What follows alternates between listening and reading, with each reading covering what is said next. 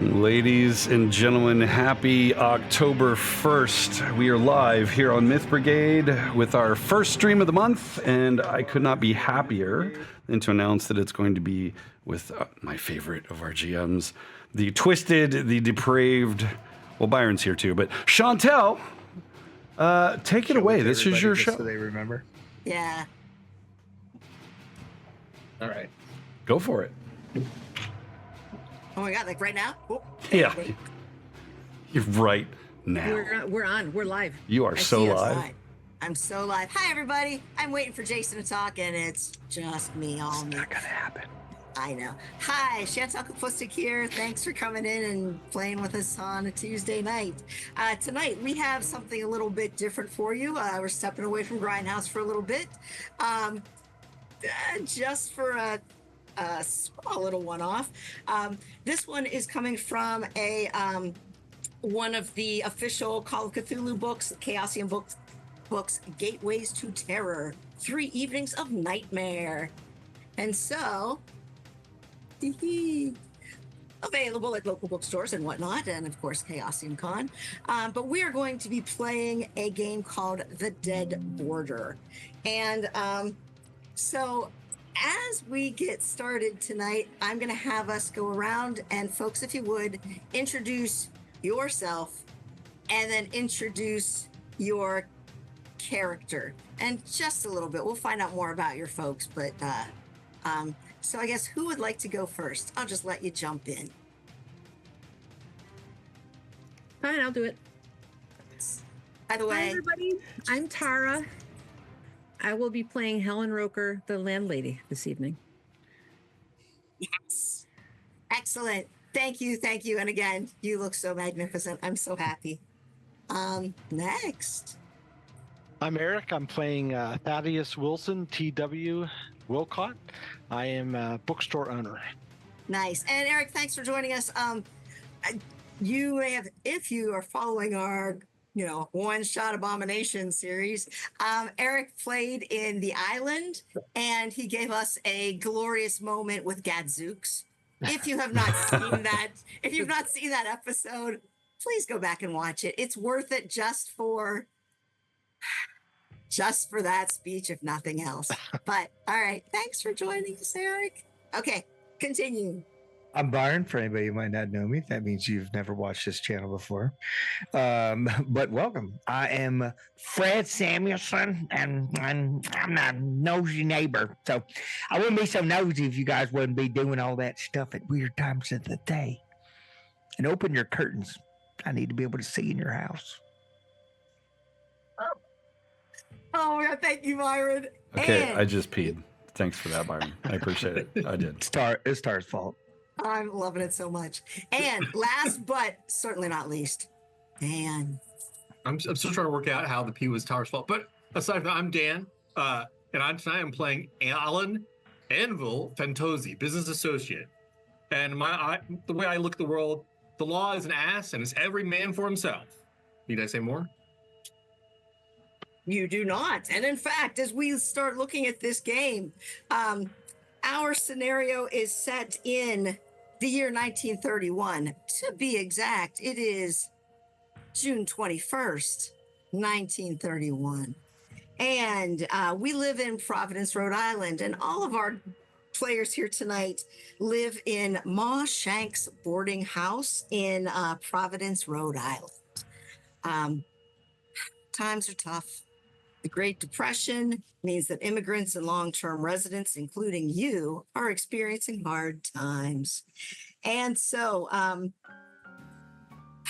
of you have been living in this house for, various lengths of time. But Mr. James Gardner, a recluse who lives on the 3rd floor of the boarding house, has not been seen or heard from in 2 days. Each of you has a reason to see if he's in his room. And through permission or persuasion, bribes, your own means, however you have done this, you have been able to convince our landlady, Helen Roeker, to unlock the door and check on Mr. Gardner, while also letting you inside to take a look. Sorry, I'm just stopping my cat from doing things. Helen, I appreciate you letting us in to see what's going on with James, because he borrowed that screwdriver and he said he was going to return it, but I really need to tighten the screws on my table. Oh, baby, I understand. I'm worried about him too. I'm glad that you brought this to my attention. No problem. Oh, how do you guys all feel about Mr. Gardner?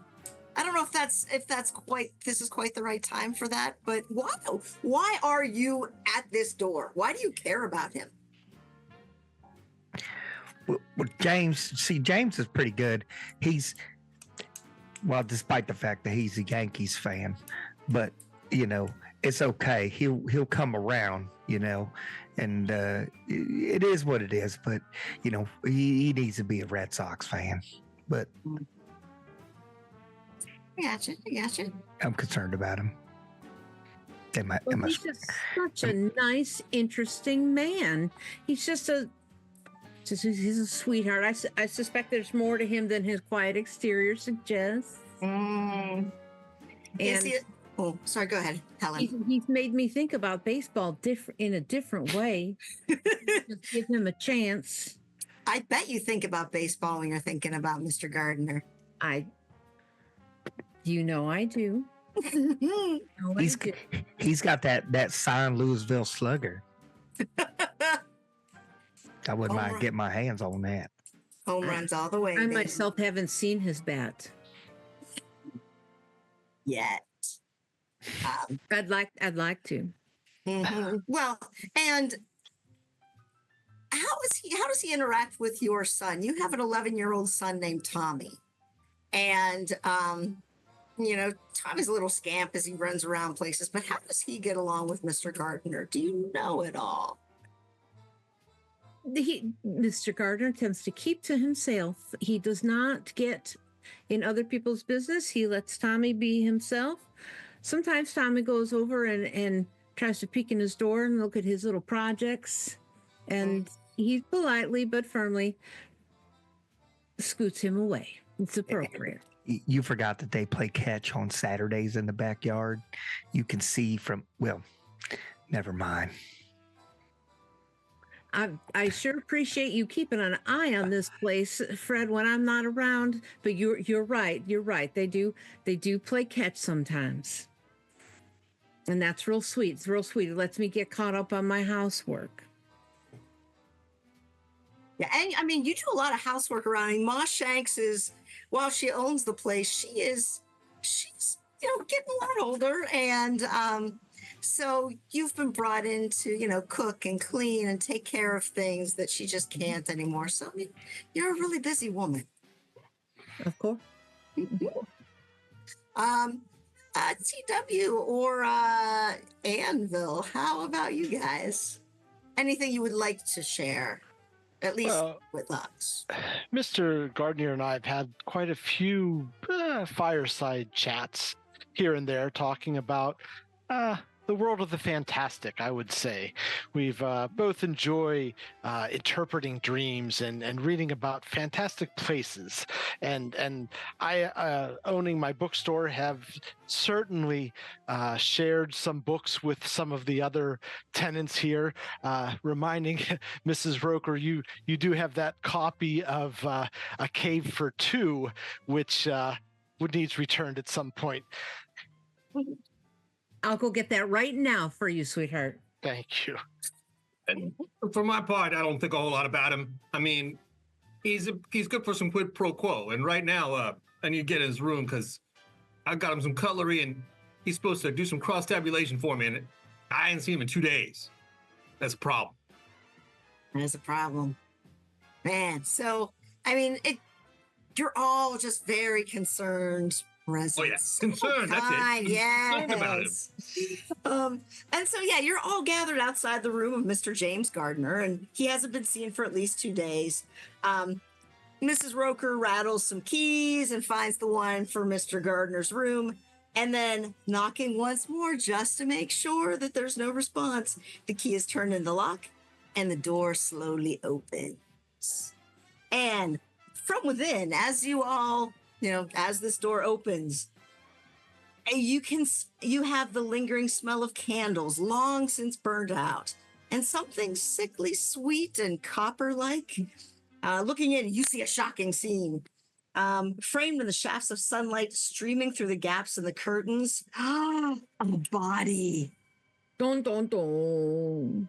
The corpse is lying on a tarp, stretched out on the floor. You can see blood.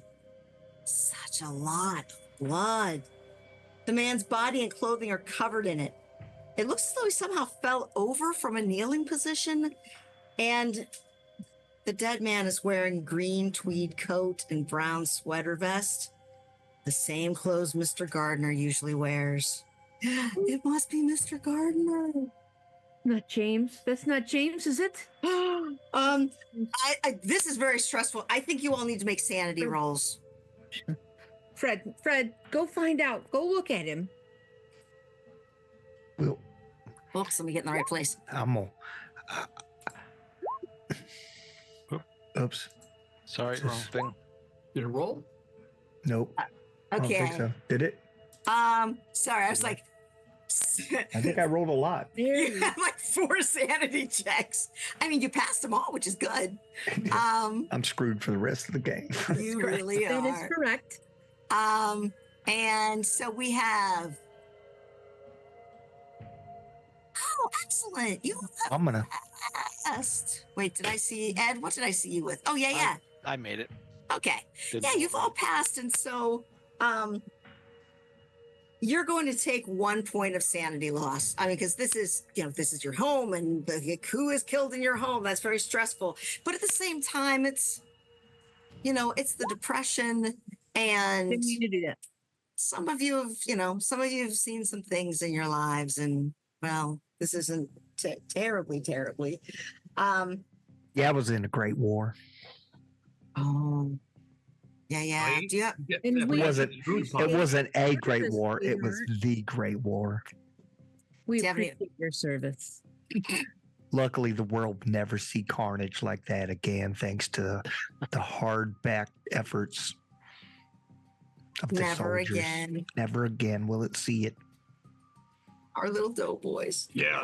But I'd like to make a spot hidden check so I can see if that Louisville slugger I mentioned earlier might be somewhere inside the door. Absolutely. As you want to go in, and as you're starting to go in, and I'm sure that you hear little elements of shock or whatever, and suddenly Tommy just bursts open your front door, Helen, and on the 3rd floor, the rooms up here are James Gardner. It's your room, your place, Helen, with you and your son. Ma Shanks is up here. And then there is a widow named Mrs. Madeira, whom you don't often see. So, Tommy opens the door and he's like, Mom, what's going on? No, Tommy, get out. Go out. This is not for your eyes, sweetheart. Please. Is everything okay? Is everything okay? Do I need to go and do something? What should I? Tommy, it's best if you look away. This kind of thing changes a man. Could you I will go look get away. Mommy's cell phone, please? Is this Her- are we her what cell year? phone? 1931. Let me get your computer and that. Oh, sorry. I forgot what year it was. I apologize. okay. I apologize. You probably don't even have phones. Oh my goodness. Oh, there's probably one in the kitchen. Do we have a phone in the kitchen? Okay, do we share? Okay, Tommy, go call the police. Go get on the operator. Have the operator I send the think police we should hold off calling the police till we know what we should tell them. Don't you think? We're Yeah, I going think to it's probably a tell good them idea. there's a dead body in my apartment building. I mean, Hey, he's, Tommy, why don't you go get one of them oatmeal cookies in the kitchen? Have 2 of them. Get some milk Oh, and sit thanks. tight for a few minutes. yeah, that thanks, Mr. sounds good. Fantozzi. Sometimes stress makes my sugars drop, so I might And need one of them stay in the cookies. kitchen till I get back. He ain't Close going the nowhere door. as long as oatmeal cookies are left. Should I keep eating cookies until you come down? No, Watch the make clock. sure You may there's have some one left. cookie every 10 minutes. Okay. That's a lot of cookies. One cookie every That's 10 after- minutes. Okay, that's after the 2 Mr. Fantozzi said I could have. And he grabs his book. It's one of those detective pulp novels and like ridiculous Doc stuff on the screen. Savage. Yes, he puts it under his arm and he like runs down the steps like cookies. So Tommy is out of the way. Yeah, feel free to go in, and yeah, if you would like to. Is there a desk in here? Oh, there's a lot of stuff in here, and so let me. Make sure you be careful not to step in anything. Oh yeah. There is a lot. And in fact, as you, let me show you. I'm going to share this with you. There is, as you look into the room, this is what you see. And if you, I'm going to show this to everybody. I think everyone can see it. And I don't know if you need to do something, Jason, for the stream to see it at all. I got you. Don't worry about it. I'm paying attention. Okay. Awesome. And so this is what you see when you look into the room. And really, at first glance, everything appears to be in order, except, of course, for this body on the tarp. There doesn't seem to be a fight. The furniture is upright. There are no bloody footprints. So, yeah, you can go ahead. Go ahead in and, I guess, take a look around. We'll make some spot hiddens. What do you want to look at? I'd like to I'm gonna look take for a my quick look books. around for like a ledger book. Okay, so the desk. So Anvil is going to look for a desk and ledger stuff. And so you can go ahead and make that roll. TW, you want to look for your books. Go ahead and make a spot hidden. Fred is looking for that baseball bat. I'm Ahead looking for and that make a baseball bat, but in addition to that, I'm gonna keep an eye on these people here with me, because Thaddeus and Alan, I don't necessarily trust them sometimes, and I want to know what they're up to. Absolutely. And I, child, I'm going to go over to his sleeping area. I'm going to sit on the edge of the bed and gently caress the pillow. And I'm going to look to see if he has an address book or some sort of journal or diary that I might find some next of kin information. Oh my God, absolutely. And so Do I need to roll spot hidden, Harm? go ahead and roll spot hidden. I am so impressed by these rolls. Oh, so as I say that, and then it'll be like, Helen.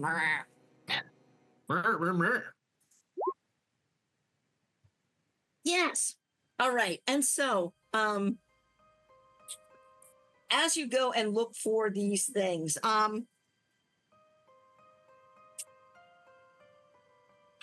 let's go to so I'm like, as you,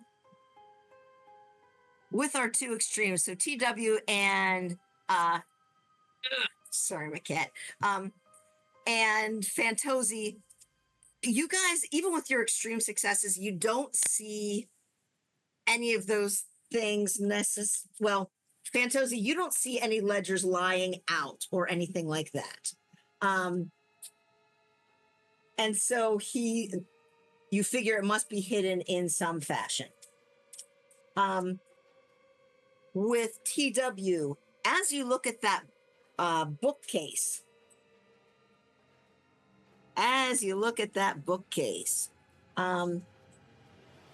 you are seeing that there are books on finance and banking. There are a few travel books for obscure places and some occult books, including Myths and Legends of Ancient Greece and Rome and The Interpretation of Dreams by Freud in German.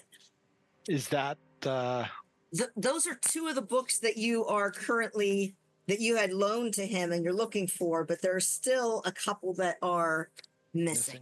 My books, and I'll just kind of thumb through them, making sure they're still in good condition. There's nothing in them. No one wrote in them. Okay. And yeah, they're still in good condition. Everything is looking pretty good there. You notice that the top shelf doesn't have enough books to fill it, and so there's a bookend up there as well. We'll come back to that if you are interested. on the bed with Mrs. Roeker, with Ms. Roeker. The bed is tidily made, although there is a depression in the pillow as if someone had slept on top of the covers. A pair of slippers and a pair of brown shoes are placed neatly beneath the bed. And then in the nightstand, because as you're looking for, some sort of address book, you find the Dreamer's Dictionary, which is a book. It's on the nightstand by the lamp.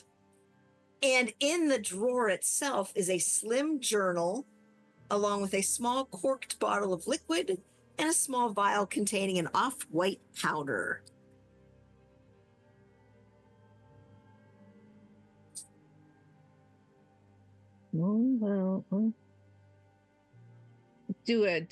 How big is this bottle? It is maybe like a little smaller than a modern day can of Coke. So it might be like, maybe like a 9-ounce glass bottle. Like a baby food jar. What color is Yeah. what color is the liquid? Is the bottle clear? The bottle seems to be clear. The liquid is it's kind of a like cloudy color, sort of. If I shake it gently, what does it do? It smells like lavender. It just shakes. If you would like to, you can make either any of these. You can make a first aid roll, you can make a medicine, you could do science pharmacy, or just a hard knowledge roll. Any of those My things. knowledge is going to be.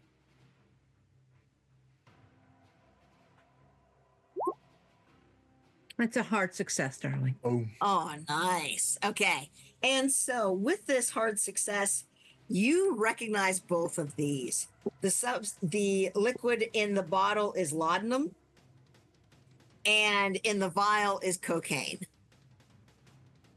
I was going to ask. I have definitely seen cocaine before. My dear departed husband had a little habit. I tucked the cocaine into my bra. Nice. As you should. And the other liquid is going to cause an extra bulge in my top, so I'm going to just slip it into the pocket of my dressing gown. Okay. All right. Yes. Excellent. Excellent. And I don't know if you want to take the journal or if you want to. That's in the other pocket. Oh, of course. Yeah, that's very silly. Yes, of course it goes in there. Do you let anyone else know that you are finding these things? No, I'm gonna stash the 2 containers and the journal, and then I'm going to sit and thumb through the Dreamer's Journal. Okay. And it's because this bookcase, the bed is kind of hidden from the other things, and so they wouldn't necessarily see you, and they're all focused on other things. So as you're going to look through the journal, no, you're going to look through the Dreamer's Dictionary, The correct? Dreamer's The book. Dictionary. Okay. So you're going to look through that book. And Fred, you had a hard success. Back in this front, like right under this long table that's right by the door, you find a baseball bat, as if it's like, it's there as a weapon just in case somebody would come to the door and he needs to protect himself. So you found what you were looking for. If you would like to keep an eye on these guys, let's go ahead and make an intelligence check. Intelligence check? Yeah, to see if you can gauge what they're doing. I will spend 11 points of luck. Okay. And so with that, you see, you're able to focus in on one of these 3. So I guess which one would you like to be watching most? I think probably Alan. I don't trust him. Okay. You see him poking around, and he doesn't seem to have found anything of interest. And you have noticed he has not like slipped anything in his pockets, or he seems to be on the up and up right now. I'm going to see He if does I look can. he looks a little frustrated. Like, he's got his hand on his chin. He's looking around, like almost like he has X-ray vision, rolling a 2 on a spot check, but he's not finding the thing he's looking for, and he's a little bit concerned. That is pretty frustrating. It really is. Let's go back to and I guess with that too, let me tell you this also. As you look around and you're not seeing anything obvious, but you're also seeing that there really isn't a desk. And so the only place that things could be maybe hidden might be either in the maybe somewhere like on the bookshelf or in the nightstand. All right, I will, in that order, it looks like the nightstand's on the far side, so I'll check the bookshelf and then the nightstand after that. Okay. And as you're looking at the bookshelf, and TW is already there, he has found a couple of the books that he wants. And now both of you see that there is, like on the top shelf, there's a bookend because there aren't quite enough books to fill the whole shelf. Let's have you guys, if you want to keep looking there, you can, let's make another,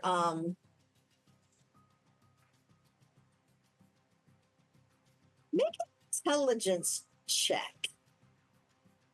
May I, while they're doing that, may I like check under his pillow and mattress for anything hidden? Yes. Okay. Ooh, and Dan especially. Okay. Dan, you go. I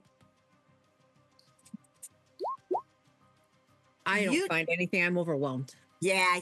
I mean, and that I am cocaine is a little- verklempt. Talk about daughters and dogs. Yes. Sorry. And so, TW, you realize that that there is like the spacing on this bookcase just seems to be wrong somehow. And you're not really sure you're really familiar with bookcases, and so, but something seems slightly off. Anvil, with your... I'll spend a point of luck too to make it a 1 if that'll help. Oh, no, that's perfectly fine. Okay. It's with your area of expertise, you're good at looking for these, like the hidden in the obvious. And so you realize that the space between the drawer at the bottom of the bookcase and the bottom shelf is too big. And so there is possibly a second secret drawer down there. But, and so, yeah, there's probably a secret drawer somewhere down there. I never took him for a bootlegger type, but who knows? Takes all kinds in this world. I'll just poke at it until I see if I can get it open. Let's go ahead and make a spot hidden or a art craft woodworking if you have that. Good question. But spot hidden, I'm sure that's going to be better. All right, spot hidden it is. So. Wow. Damn. Whoa!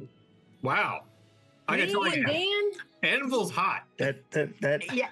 2, 2, and 1. Oh, man. You're so experienced with this that you don't even like have to look. You just kind of swipe your hand under and you find a button hidden in the scroll work on the front of the bookcase. And as you push that button, it opens a secret panel at the back of the unit. And so, Spiffy. now that you've seen it and you found it, I mean, TW's right there with you. Are you okay with, I guess, how do you want to go forward? I'm laser focused on one thing, which is finding those ledgers. So I want to see if I'll check TW's with care and make sure the ledgers are in there. But I'll just look in the space. I don't care about any of these folks too much. I just want my ledgers back. All right. And as you look in there, you find there is a book, a primer in Greek vocabulary, which is one of TW's missing books, 2 accounting ledgers and forged receipts, an obsidian knife identical to the one that I gave him. to the one that you gave him. And then wrapped in silk cloth, there's a book written in Greek named The Book of Dream Memories. Hey, TW. Yeah. It's yours? Yeah. Oh my gosh. Yes. Oh, that's 3 of them. I'm looking for one more. One more. It's the most important ledger one. underneath my arm. I take the one wrapped in cloth. I look at it. Is this one of TW's books or? It seems to be. Here, wait. Sorry. Pardon me. I'm looking at something for no reason. Looks like fancy pants letters to me. They are fancy pants letters. It seems to be like the kind of book that he would like. But TW, I think you find this to be a Gassa, but I got to tell you, it's a little ritzy. Here, take a look at that. Take a look. I'll flip through it. Yeah. Ooh. And as you're flipping through this, you are seeing that it's written in Greek, and I believe that you read Greek. And the title is The Book of Dream Memories. And if you would, go ahead and make a intelligence check. Success. All right. You have this is not one of the books that you loaned him, but you've actually heard obscure like whispers of this book. That almost as if it was like just some sort of mythical legend, I guess. So it's probably rarer than the one I'm still looking for. Yes. This is perfect. Yeah. Good. I will slide that book into my inside jacket pocket. Excellent. Whoa. Did you see anything interesting in that book? What's the language in it? That thing you slip in your pocket there, I couldn't help but notice, because I do that all the time. It's a educator's book in Greek. It doesn't make much sense. What do you mean, educator's book in Greek? What does that mean? Well, it's more of a academian's book, something they would use in a college or higher educational learning center. All right. Well, TW, let me tell you, I don't know much about all that Greek stuff, and I don't know anything about learning stuff and all that, but I know that everything in this box right here is valuable. So what you're telling me is he's got obsidian knives, my ledgers, his most keepsake important things, and a school book? Not necessarily like a school book per se. It's more used for research or those people that might be interested in the occult or the arcane. The occult and the arcane? You mean like religious liturgy or something?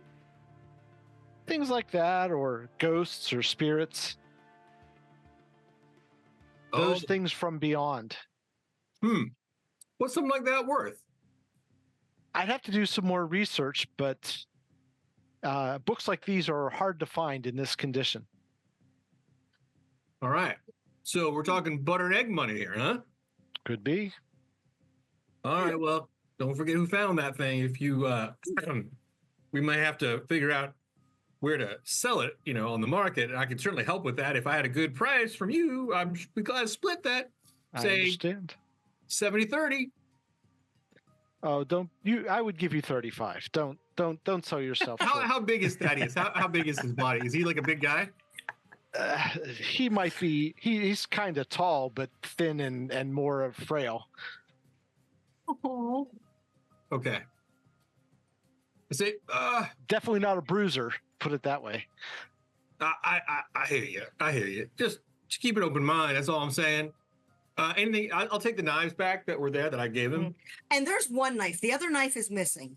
You had found 2 for him. One is there. Do you also want to take a look at the ledgers? Oh yeah, I guess, do you want to take a look at the ledgers? Do you want to take time to look at the book?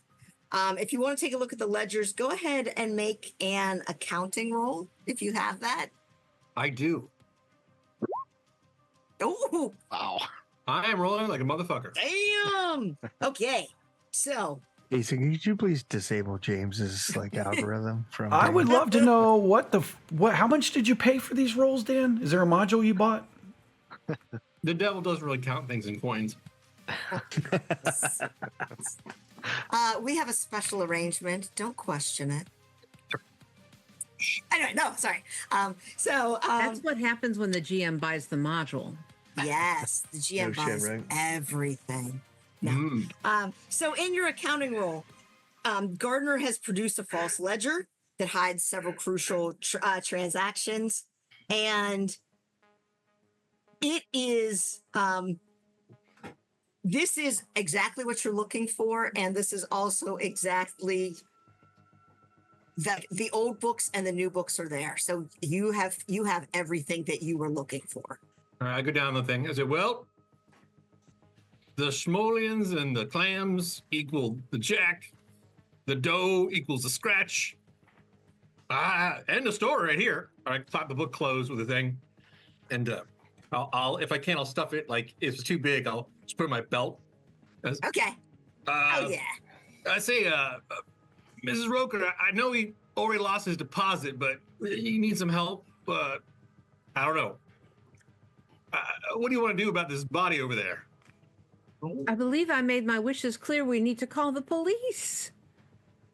That's, Yeah. Fred and I don't always agree on everything. We don't always see eye to eye.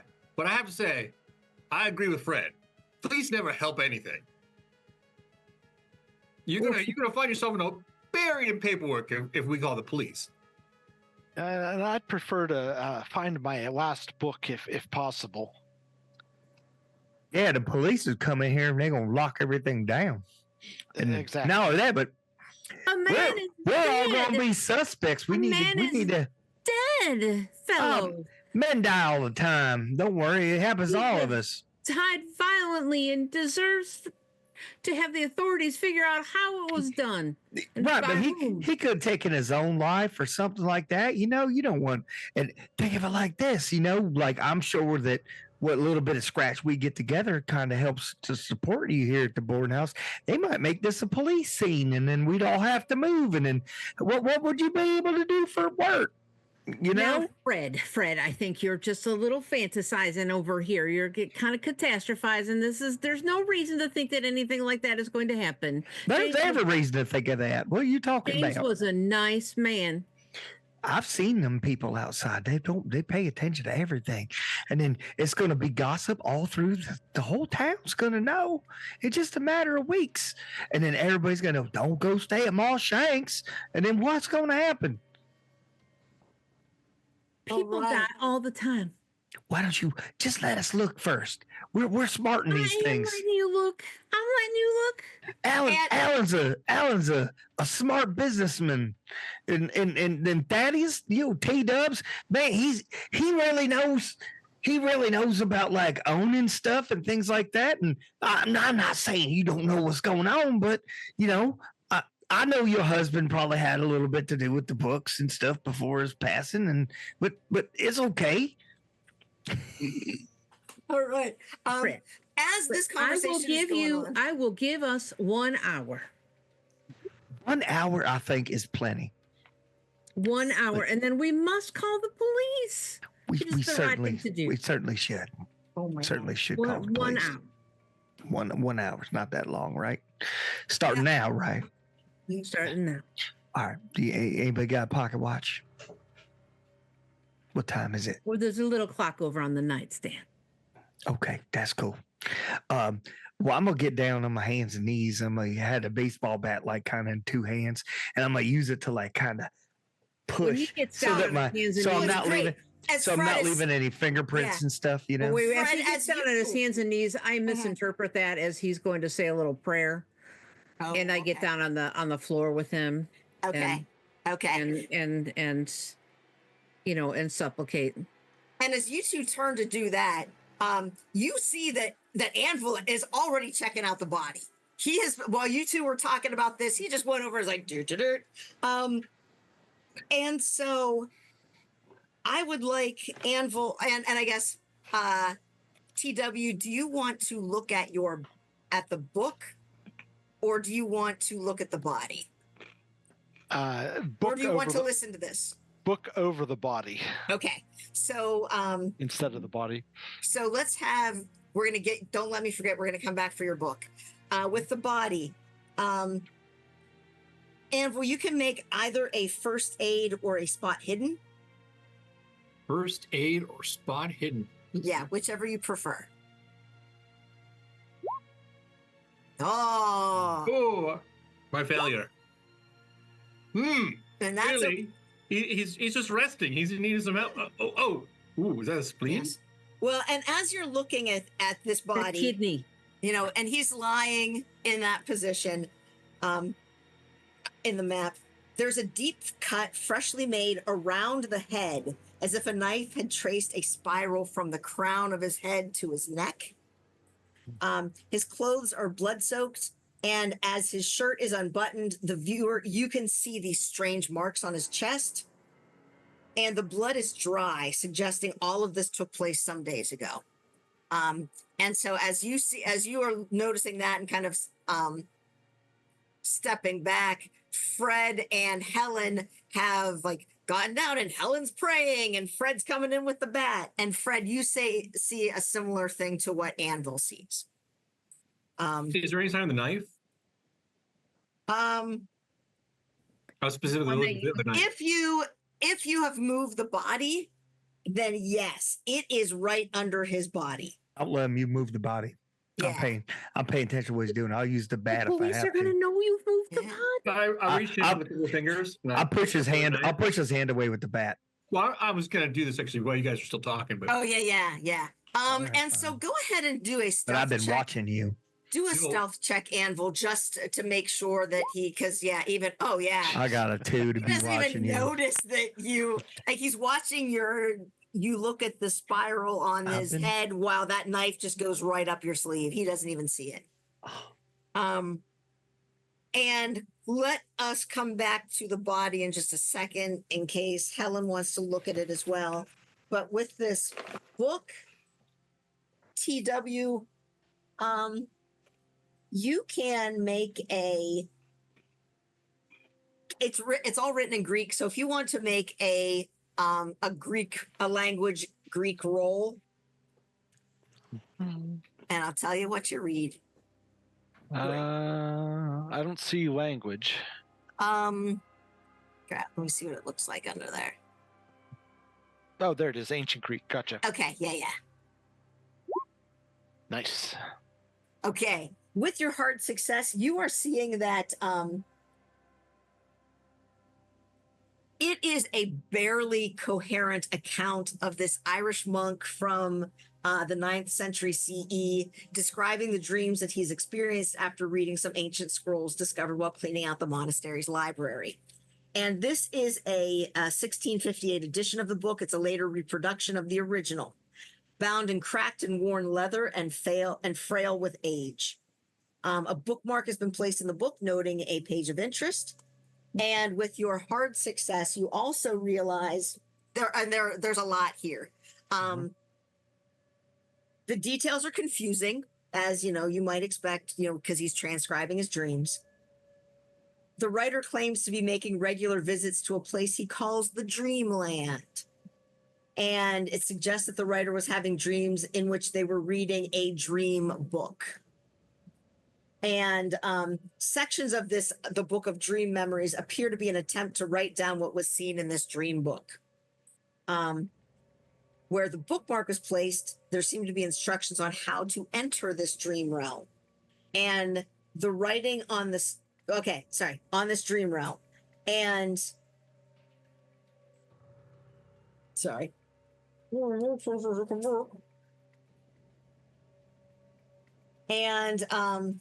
you also see that there are chants and instructions that seem to be written down. One of them seems to be this magical means of entering the dreamland. It involves an obsidian knife and speaking aloud the chant found on the bookmark page, while the petitioner must free thy mind from thy fleshy prison and render thy body still. And the page is showing these spiral diagrams that appear to be another ritual, which the petitioner must first perform to ensure thy vessel is pure and prepared as living armor. I would like you also, as you have like looked at all of these, go ahead, TW, and make a sanity check. All right, and so while something seems to be like these things seem to be trying to like evoke some memory or something, you are able to you're able to read this, and I think maybe with the translation, as you're translating, that any of the ritualistic things that are going on with this are not necessarily affecting you. You're able to read it, but not necessarily connect to it. And that's what we got there. Mrs. Roeker, what would you like to do? Your prayer is done. You're seeing these two like jostle the body. As Fred is down still looking at the body, Anvil gets up, and you will. I saw your note in the chat. You will do that, Anvil. That will happen. And so, Helen, what would you like to do? Have they been talking about the dream book? Is this said aloud? That this dream journal has it been said aloud? Ed, are you talking about any of this aloud, or are you just reading? When I read, I mumble. So if she's listening, she might pick up some words because it's interesting to me. Okay, right. Because I have discovered the Dreamer's Dictionary next to James's bed, and I was kind of looking through it. So I'm going to very quickly pick up on anything he mutters that might remind me of that. Okay, yeah. And so I'll show it to him. Yes, please. Can I? Yes, that book right there. May I have my book back? I can just hold on to it, please. Is this yours? Does it have a book plate or a name or anything in it? No, it's one of the books from my stores that Mr. Gardner had borrowed. He had borrowed 4 books. This one is the Dreamer's Dictionary. It's a rare 1815 edition, and it's one of the more valuable books in my current collection. I take a peek at the title page and to confirm that it's the version that he's looking for, and I just flipped through it really quickly to see if there are any marks or anything. That's what I was looking through it. Oh, go ahead and make a luck check. Ooh, that's a hard success. So I guess, do you want to find things written in it or not? Yes. Oh, and luckily they are in pencil. Oh, no, wait, I guess, TW, why don't you make a luck check? Because you notice now that there are things written in this. Okay, they are written in pencil, so you can erase it. And James is a very light. Respectful man. He wouldn't do anything to harm his books. And so he has marked a couple of things that like different entries of like things maybe that he had seen in his dreams. So like snakes and flying and, hammers, that sort of thing. And just looking at what they might be. I'm sure they're all phallic because that's what they are. And isn't everything? Everything is in a dream. Everything's phallic. Was he,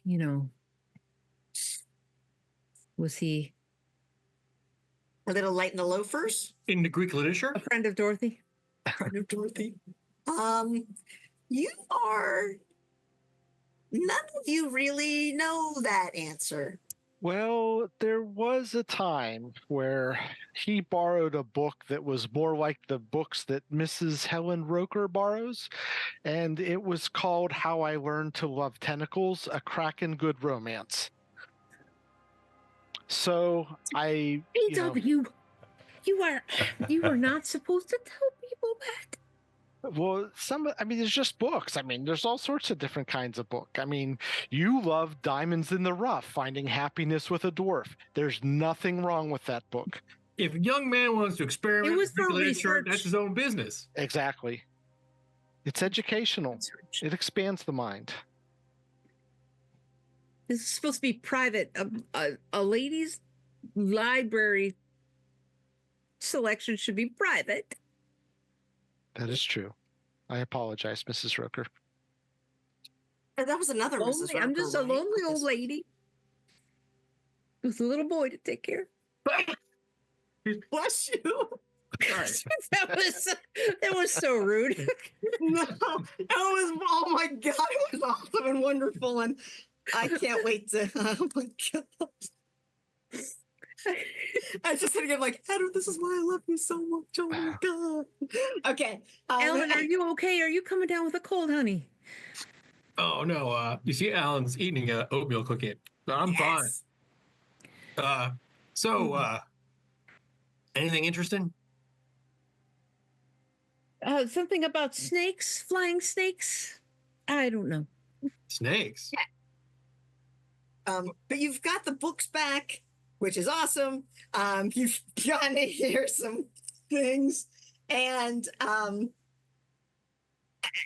I don't know if TW and Helen, I don't know if you want to look at the body. These two have looked and have found some things, but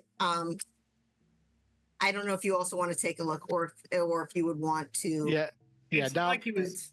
I'm sorry. now that I have my books, my attention can go to the second most important thing, which apparently is the dead body. Right. And Hashtag priorities.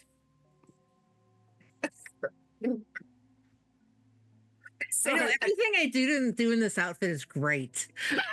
I'm gonna wear this all the time. you should. Okay. You guys can either make a first aid or a spot hidden roll. So take a look at the body and see what's there. I'll be doing I'm spot. telling you guys, Ooh, baby. Okay. he's pushing up daisies. He's bought the farm. He cashed in. He kicked the bucket. I Damn. am again overwhelmed looking at him. I'm bursting Okay, with tears. it is true. That's okay. You have seen what, and even what you see is bad enough. The like that spiral that's cut into his head.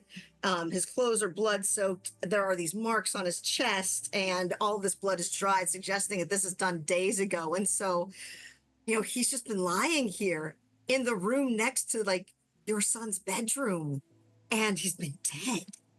But our spot hidden fellow, as you start looking, and really this is, you know what, roll with a bonus die, because you got a chance to look at the book, the dream Dictionary? the book of dream memories. Oh, that Mhm. one. Just roll Um, another spot Just hidden. go ahead and roll another spot hidden. Nope. Okay, we'll ignore that. So your success. As you start looking at him, Gardner has those marks that you saw like on his chest. It's scarification. Across, he has it also on the back of his hands, on his legs, on his arms, across his torso. They're shaped like small spirals, and as you look more closely, they actually cover his entire body, and all of these little spirals, and the marks range in age, and so seemingly acquired over months of procedures. He's been doing this to himself for months. Who discovered this? TW. TW? Do you commonly undress the dead?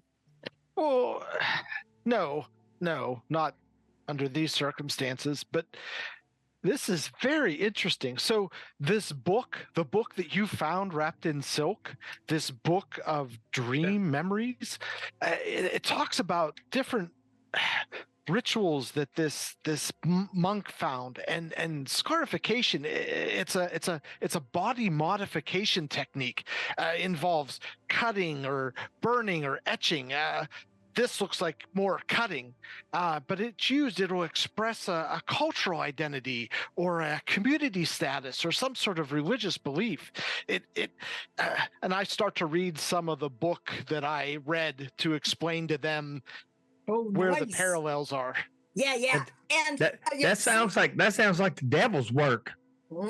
No, there's plenty of religions, and I've definitely read enough. There's more to the beyond than some of the simple Christianity religions and Protestant religions. That's blasphemous. You shouldn't be saying them things. To some people, yes, but to the learned, it is just another vocation that you can understand to better understand the world around you and the world beyond. That's a lot of work to snuff it.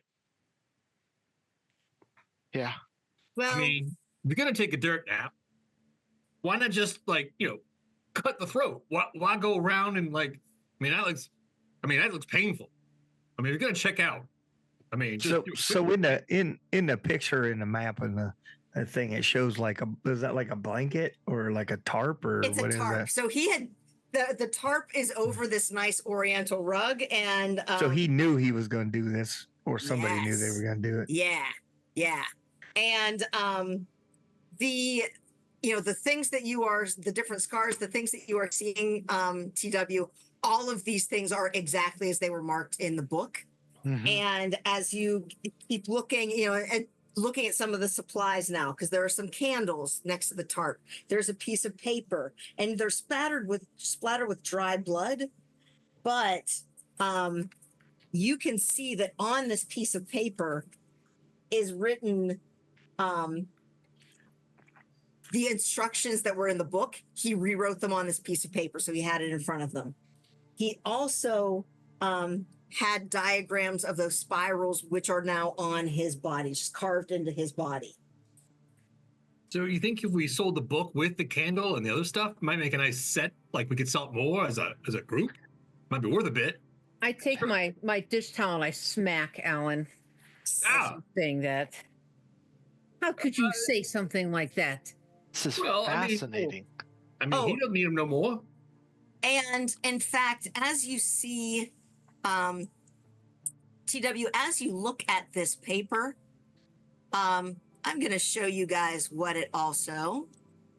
Let me give this to you. Get ready to roll players, show to everyone. And so this is written in Greek.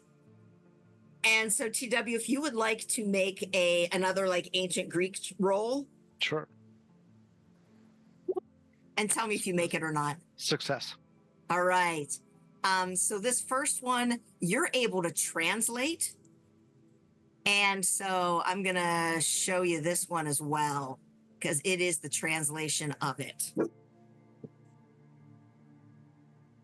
Oops.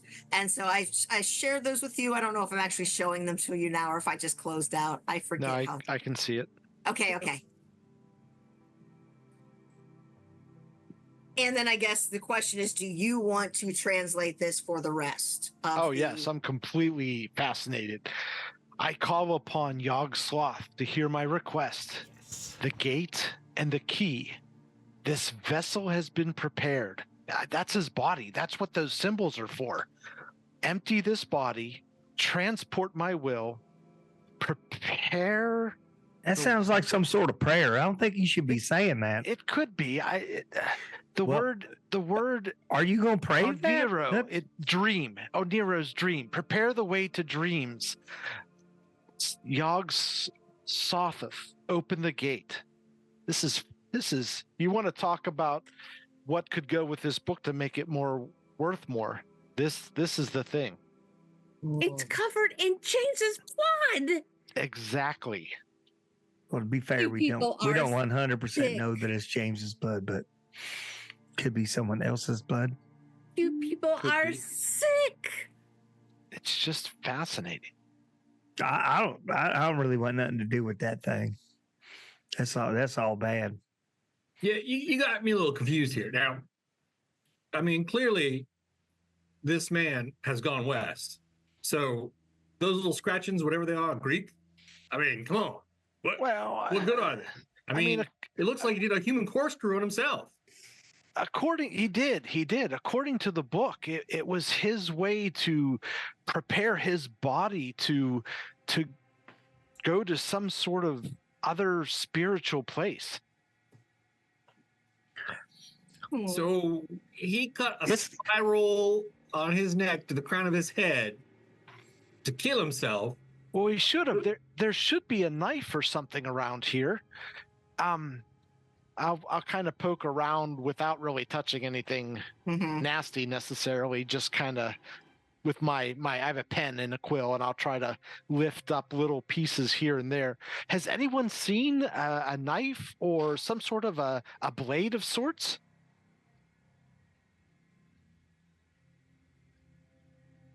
Has anyone? Everyone seems to be silent, so who knows? Not I. It still may be here somewhere. I hear you. I mean, I don't think he did it with his fingernails either, but let me just make sure I understand this. You got a book that says peel off your skin counterclockwise in a spiral, and you will then die and go to a specific place. Is that right? That's the intended goal of this. Well, on the surface, yes. I mean, I would have to study this book quite a bit and maybe have some of my reference material back at my bookstore. But generally speaking, that appears to be what he may have believed. So all that's Greek for buy a one-way ticket. All right. And so he achieved his goal. So now we know that he did what he intended. Well, and we can... Fred, if you would, go ahead and make a stealth check. Make it with a bonus die. Ooh. Oh, yeah, you're able to... It's odd too, then. Yeah, you're able to do the thing you want to do. No problem. Okay. Helen, as these two are talking about, like, motivation and whatnot, you have that journal in your pocket. And while you look through the dream dictionary, did you look through the journal at all? No, it is still in my pocket. I'm going to at this time I'm going to go sit on the bed again. I've had enough of seeing this body, and I can't stand to see them touching him as if he weren't a man that we, our neighbor and friend. That maybe people had loved at some point. Yes. Well, he was definitely our neighbor. I mean, don't get me wrong about that count. So when Helen comes into the bedroom side of it, I'm gonna let her know. I'm like Helen, I think I may have been awry with my thought processes earlier, but it does seem that an hour has passed, so it's probably time to call the police. I agree. Let me just go do that from my kitchen. So, yes, I think I might come with you if that's okay. If there is a killer on the loose, you should be protected. That's very sweet, Fred. And I got this bat. That's very true. And I look at TW a little askance, and I go with them. I'm not being left alone in the room with the dead body and the guy who's into the dead body. Right. Who was the one? No, TW, you made the check on his body. As these guys are talking about, like, oh, there's a killer on the loose, you know that he did this to himself. Yes. Like this was ritual suicide. Yeah, there's no question in my mind. He did this to himself. I'm just perplexed as to where the blade went. That seems like a very good thing for the police to figure out. Yeah, possibly. There's no need for that kind of speculation. Helen, no one's been in here. Helen, your son or none of the other. The door has been locked. Okay, that's what I thought. He doesn't have access to your keys. No, they are always on my person. You could all make intelligence checks if you would like to also. And we all know that no one has come and gone from here. This is why we are worried about him. Why we were worried about him. Yeah. I'm still worried about him, but in a different way. Now you also know that Tommy's room is on one side of this, but the widow, Mrs. Madeira, lives across the hall, like directly across the hall from his door. Do we know And anything about her? Just from she living here? is just from living here. She is she's only in her late 20s. Her husband died in an industrial accident a few months ago, died in March.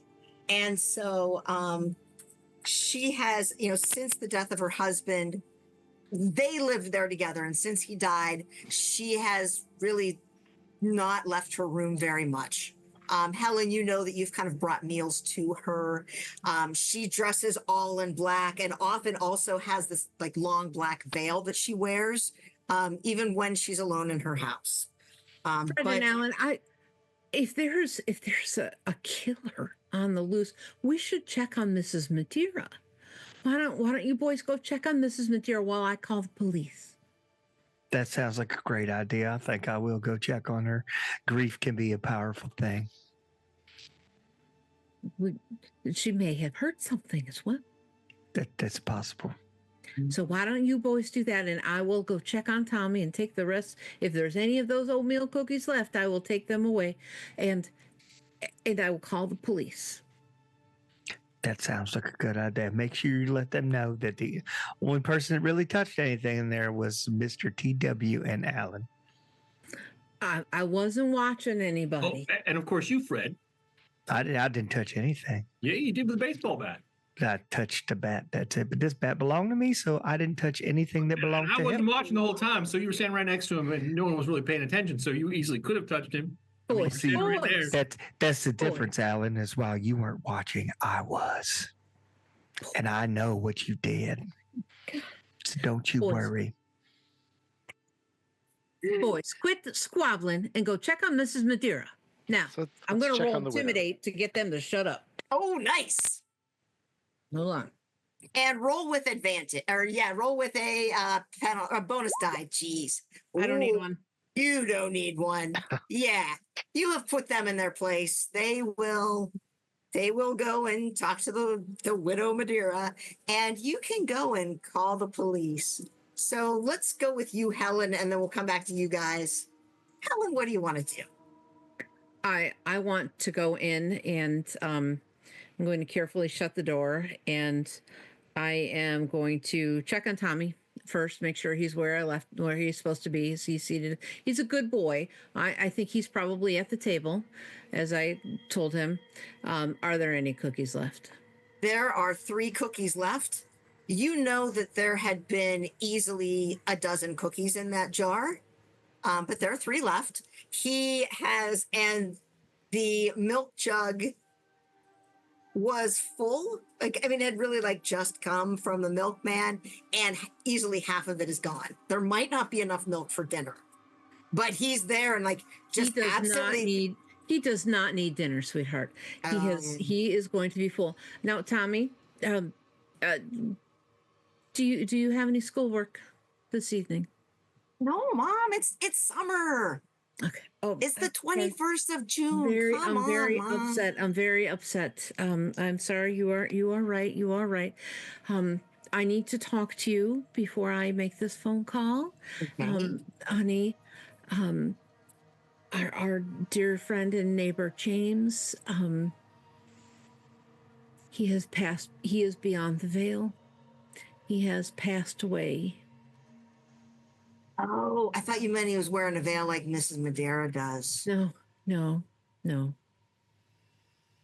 He is on the other side. He's gone to meet his maker. What happened? We are not sure, but I do not want you going over there. It is a literal bloody mess, and there's no place for young boys. I am very sorry to tell you this, but I needed you to know before I get on the phone to the police. We need to report this to the proper authorities. So, Okay. I pick up the phone. And really, as soon as you start dialing, he goes running up the steps. I'm gonna And- try and grab the back of his shirt. Okay, go ahead and make a dex. Wait, no. Ah, crap. Go ahead and make a dex check. And he's going to make a dodge. Oh, geez. Yeah, no way. No. You can't. You get to know. I'm one hand on the phone, one hand on his. He's probably wearing overalls or something. I got his back. He got a critical success. Yeah. It's the same. I'm using the same dice. I'm using the Kapoo dice. Critical freaking success. You grab him and his shirt actually tears. And oh, that boy. And he manages to slip up the steps. Take off your house shoes. That shit always works. Yeah. I slam the phone down and try to go after him. Okay. And as you start yelling, he will stop because he knows he thought he could get away with it because you were going to be on the phone with the cops. We're going to roll another intimidate. Okay, yeah. Oh, I'm going to spend for that one. You spend for that one. So and yeah, he like almost stops in mid stride because he knows like that's the mom means business. Okay. And then actually walks backward down the steps. Thomas Ronaldo Roeker, you get your butt into your room right now. Okay, I will go to my room. And he runs up the steps. And you hear the footsteps, like running footsteps up the two sets of steps, and then you hear your front door slam shut. And the three of you at the top of the steps, like you see Tommy bolting up the steps, running into his room, and he's like, I'm gonna get my investigator's kit in my room. And then like runs in and slams the door. But he's upstairs. Fred, you watching the kid too? He's a bad kid. You know he is. Yes. I'll deal with him later. One ringy dingy. And as you call the cops, and they will absolutely come over, whatever. Do you also, while you're down there, want to look at the journal at all? Yeah, sure. Once I'm off the phone, with the policeman, I'm going to stay there because they told me to stay by the phone. Sit at the kitchen table with my back to the doorway, and I'm going to thumb through the journal. Okay. And as you take a look at this, it's a record of his dreams that he experienced while under. It's a dream, dreams that he has experienced. And so it takes about 5 minutes just to skim through. And it shows that Gardner was obsessed with returning to a place called the Dreamlands. And he seemed frustrated because he used to be able to travel to this place while he was asleep. And for some reason, he can't do it anymore. He has stopped dreaming. And so entry after entry is just filled with frustration, or he like simply reading no dreams again. And the writing gets more and more erratic the further back in the journal you go, until like almost toward the end of it, maybe. And there are about 10 pages left in the 10 blank pages at the end. Probably about the last 5 or 6 pages, there are these numerous descriptions of vivid dreams, and Gardner is talking about meeting a powerful being who has promised him a path into the land of dream if certain rituals are performed. And he describes how his dreams make a text he calls the tome more understandable. Do you have either occult or Cthulhu mythos? I'm gonna guess no, but let me find out. I think honestly only TW has it, but or T does. Okay, T dubs. And so this.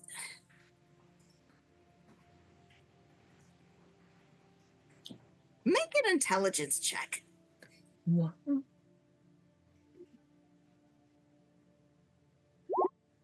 Ooh.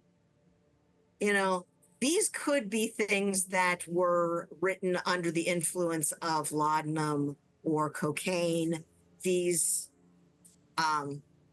it could be a fiction book. You don't really know. How did your husband die?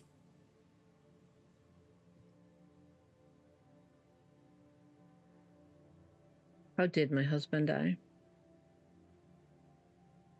He was cleaning the gutters. Oh, and fell. Okay, okay. And so was he a man who partook in anything extracurricular? Whether it was like drinking What are or you? drugs What or are you anything like that? implying? What are you implying? Saying you played for the other team?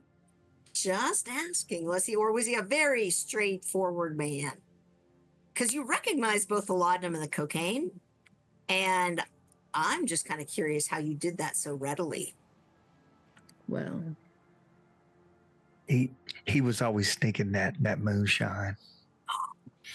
I saw it. He used to that keep New it. Jersey moonshine. My husband had a very interesting family who had some business dealings. Business, you say? So you business. All right. So perhaps this, I mean, because this seems so far-fetched, how could this be real? So maybe it's something, something medical or something hallucinatory. Because if this is real, then that kind of blows your mind. And I don't know if you want to believe that or not.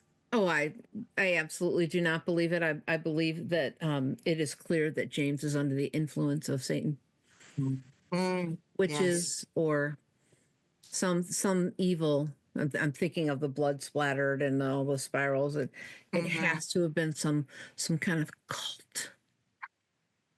Perhaps, yeah. And it could be. I've seen many a man. Oh. Experience. Oh. I've seen many a man lose his faculties under the influence of these substances. It can be tragic. It can be tragic. I'm not altogether certain that my own dear departed spouse was not dabbling. Maybe that's for the best then, because if he had gotten to little Tommy and introduced him to those sorts of things, that could have been bad. I'm sure he never did, and that he never would. He never would.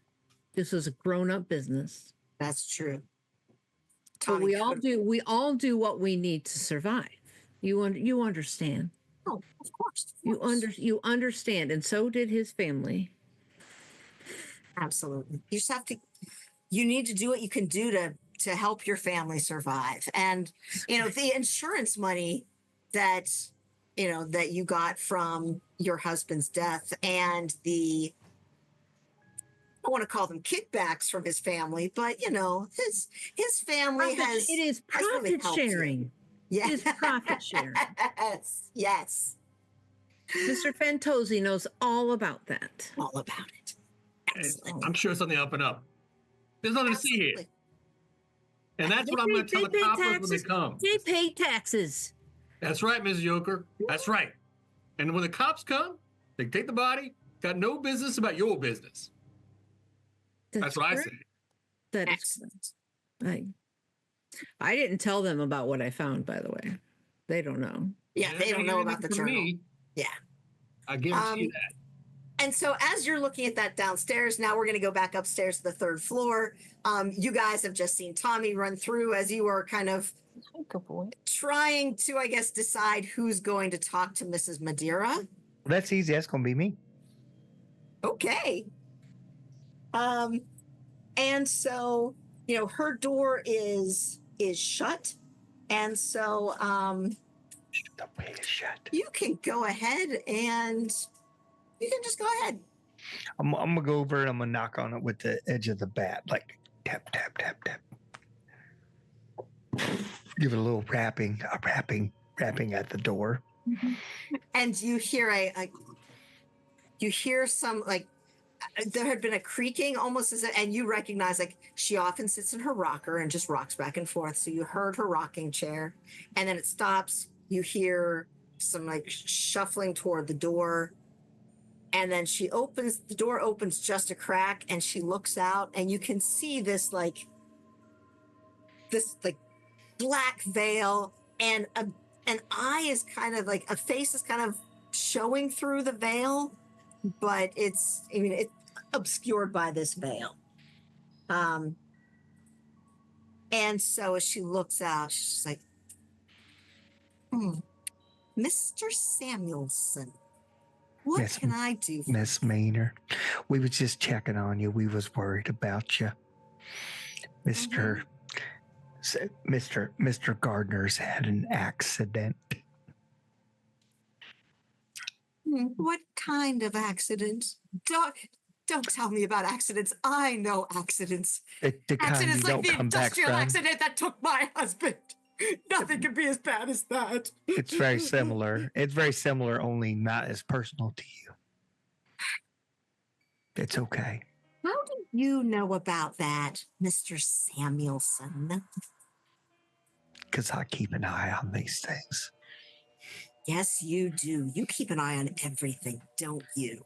I'm just Anvil and looking out for TW, you. go ahead and make psychology checks. She seemed very angry. Psychology. Yeah, make a psychology check if you have it. Ooh, yeah. Hard success. All right, Anvil, you can tell that Mrs. Madeira does not seem to like Fred. Like this antagonism that she is feeling is like directed straight at him. Does it seem like because of the typical Fredness thing, or does it seem like something special? You know that Fred likes to keep an eye on everything and put his nose in everything. Yes, the word busybody came to mind. Yes.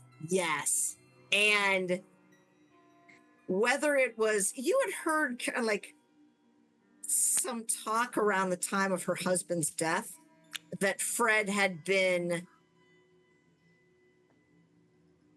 questioning the circumstances around the accident.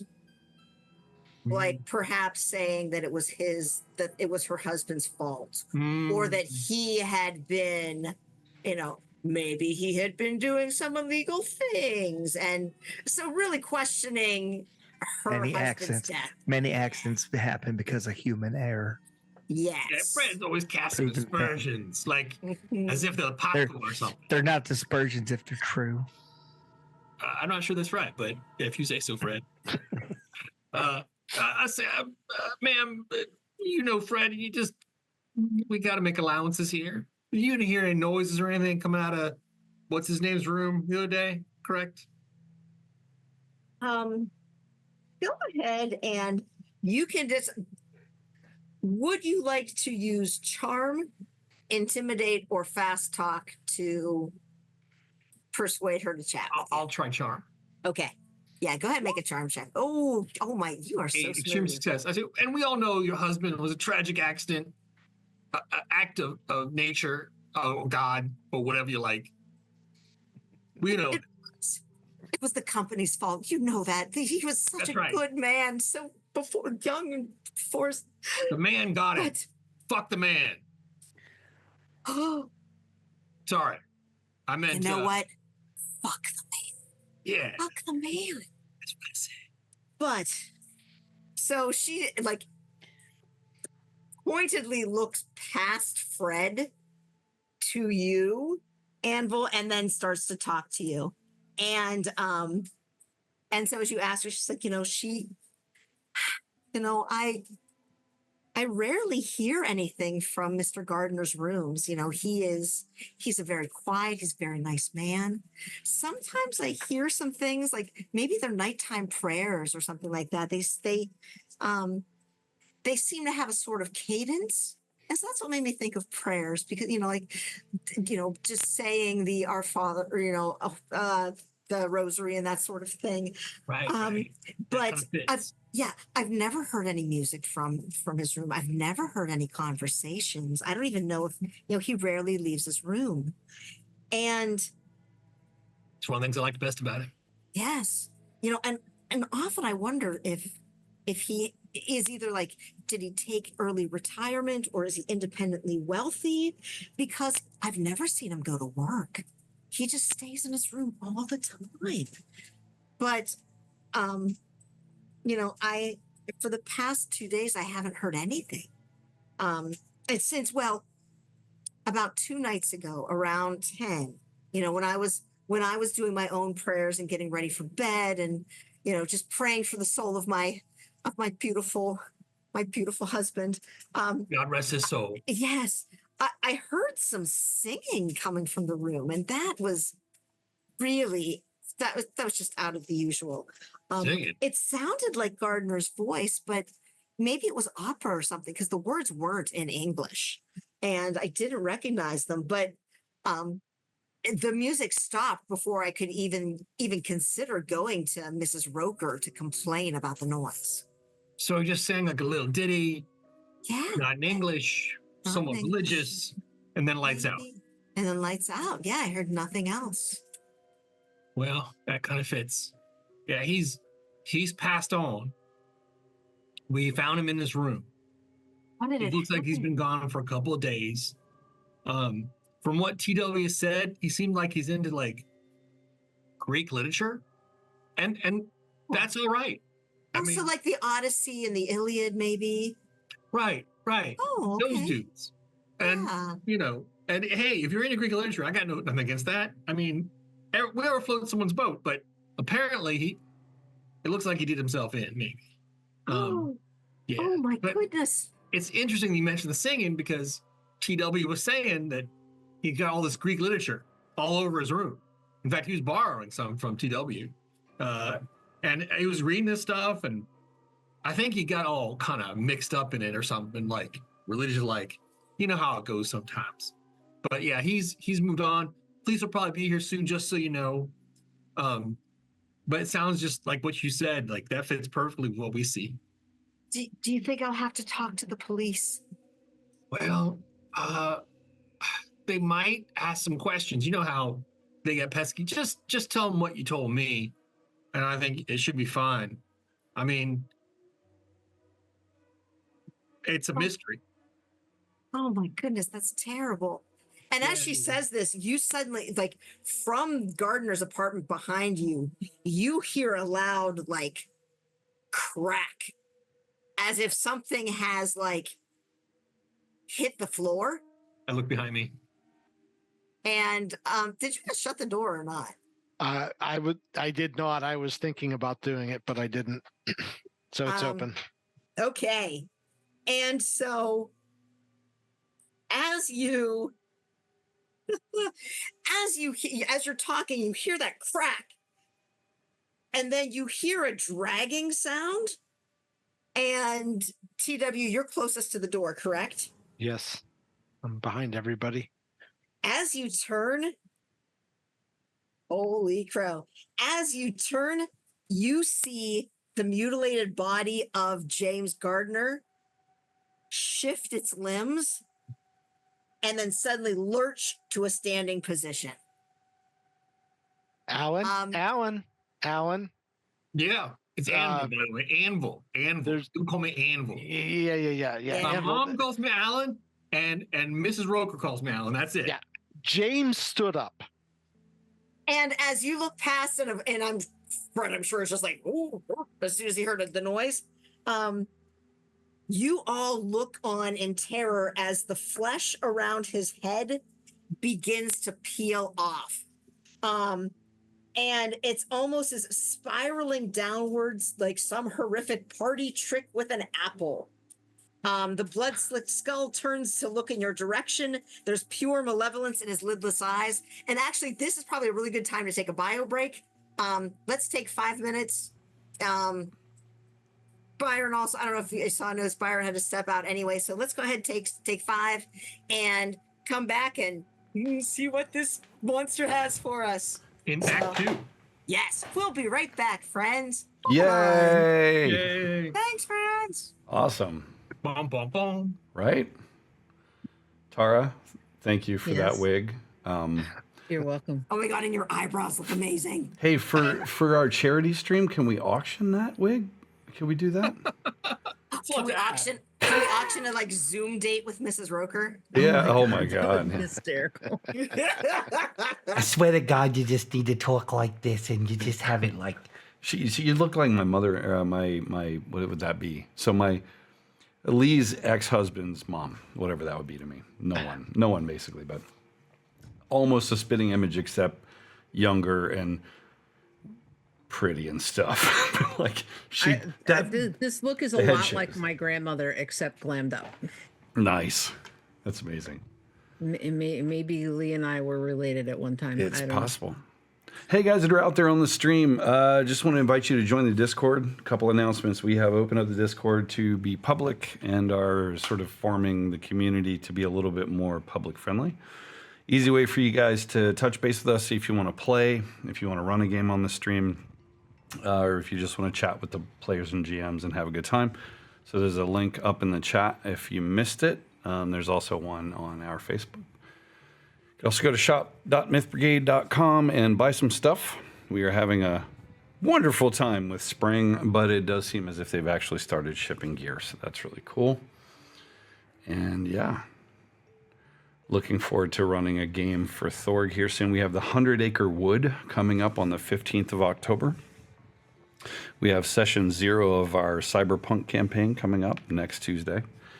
And I've got a couple of episodes coming up of Vile Dawn, and hopefully we'll be getting Curse of the Black Ridge Mine back on the road sometime soon.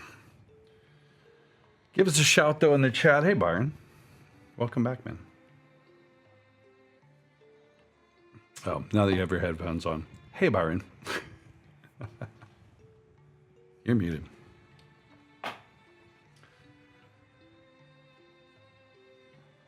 All right, sorry about that. No, it's fine. So you've got, is that right? So next Tuesday is Cyberpunk. Tuesday the 15th is 100 Acre Wood, which is Call of Cthulhu adventure where the players, the investigators, assume the roles of our favorite characters from Winnie the Pooh, except that it's That's right. Call of Cthulhu. So Call of Cthulhu, one of the most twisted games I've ever played in, and probably the most fun I've ever had in a role-playing game. So hopefully you guys will tune in for that. If you join the Discord, we have our event stream now, so you can actually see when we're doing stuff, and it will remind you when we're doing stuff in the moment. So I guess you'd say we're getting our act together, guys. Yeah, definitely. Thorg's part of that. Steve Nedley's part of that. Mike Estes is part of that. We've got Tommy is joining. It's going to be a really, really good time. Dan's in. Kaplan. Yeah, Dan Kaplan's in on it.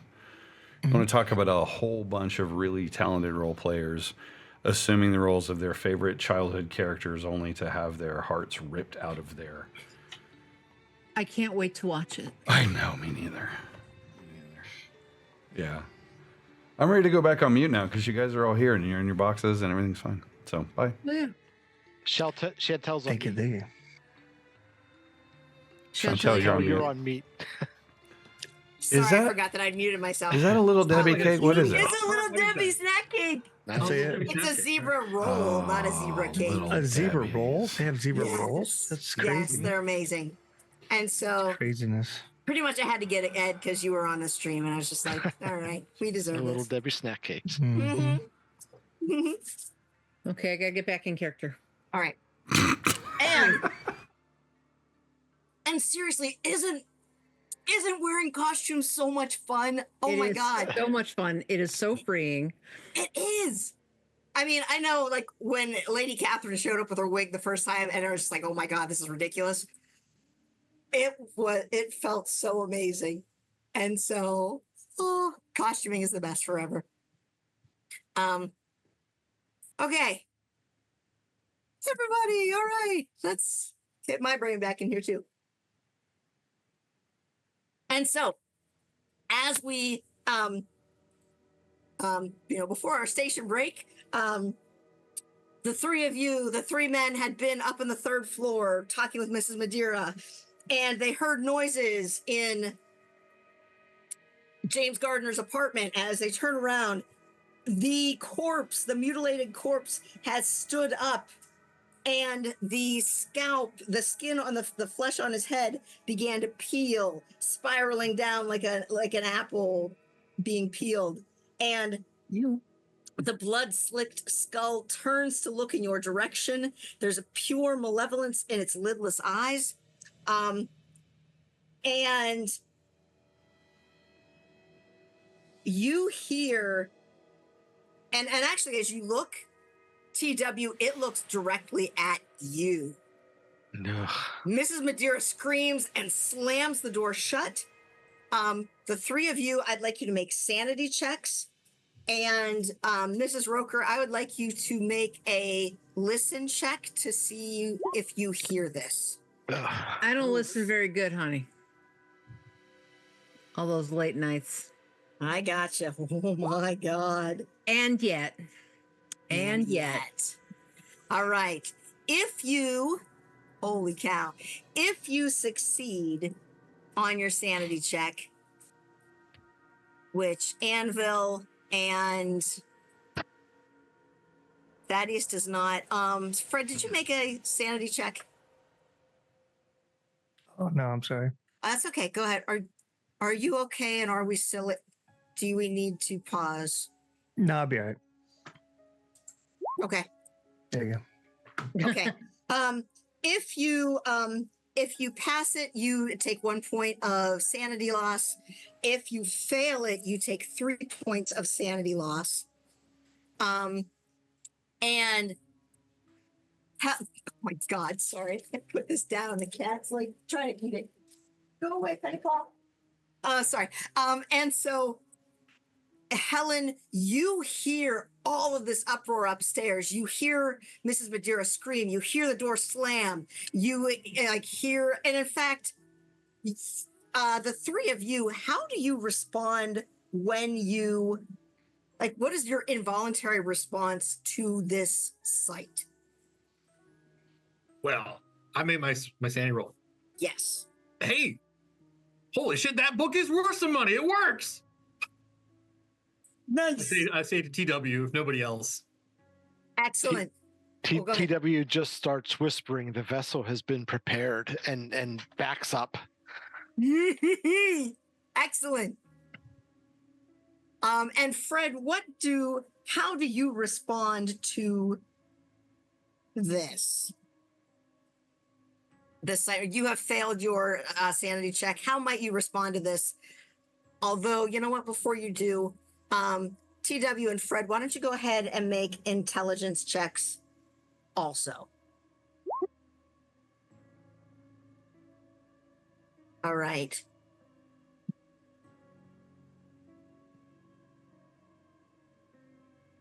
You said intelligence check? Yeah. Okay. So you both succeed on this, and that's unfortunate. So yes, Thaddeus, you realize the implications of all of this. And so, yeah, the thing that you're whispering, you actually understand all of this. Fred, now that you're kind of seeing through the veil, how might you respond to this? Or would you like me to tell you how you're responding to it? No, I don't think this is anything that I want to be a part of. So I'm going to run downstairs and take my bat. And if it's something whatever comes down these stairs after I go downstairs, I'm going to try to kill it with a bat. Nice. All right. And so Fred, and this this retiree books it. And this is going to be now, as we roll into combat, ironically, Fred's dex is the highest. He has a dex of 80. Mall walking. Oh, yeah. Parkour. Anvil and Helen, you guys are going to be at 50. TW, you're going to be at 40. And actually, this monstrosity is going to be after you guys. And so, Fred takes off. And are you running the whole way down to the first floor, or will you stop at any of the landings? I think I'm gonna go all the way down to the first floor. Okay. All right. And so, Helen, you see Fred just come running down the steps. And I guess what would you like to do? And Anvil, you two are going on the same turn. I'm gonna slip the journal up with my cookbooks. And I'm gonna, in the other pocket is the laudanum, so I'm gonna kind of like slide that up there too. I don't have time to reach into my bra, so I'm gonna, when I see Fred's death grip on the baseball bat and what sounds like a commotion, I'm A, worried about Tommy, but B, gonna grab, I've probably got an umbrella in an umbrella stand by the door. I'm gonna grab, one of those long old fashioned umbrellas. Oh, yeah. Okay. Do you want to, I'm sorry, go ahead. Oh yeah, and I'm gonna take off after where Tommy should be. Okay. And we're going to say on this turn, you're going to make it up to, you're going to make it up to like the landing between the second and third floor. So you're not quite up at the third floor yet. I'm gonna stop. Oh, what the hell? Who cares? Yeah, you're going to be at the third I'm a floor. sizable lady. I'm going to have to stop for. And fan yourself, my lord. Oh, Tommy. Okay, Anvil, what do you want to do? This thing is like maybe 20, 25 feet away from you. Well, known TW, he doesn't have enough instinct to stay alive. I'll go in the bedroom, grab TW, fireman's carry him over my shoulder, and head downstairs as fast as I can. All right. And I guess TW, do you want to help him? Do you want to allow him to do this? Yeah, I think he catches me a bit off guard. I'm kind of piecing some puzzle pieces together in my head, and the only thing I'll mention as we're trotting down the stairs is Tommy. Are you saying, Tommy, can you hear me? Tommy knocked her. Well, TW, I can't grasp those books, but I can grasp you. Tommy's on his own. Yes. And so as you guys are running down and you pass Mrs. Roeker, who's like on the landing, like trying to catch her breath. And the three of you, if you would like to respond to each other in any sort of way, you can. What's going on?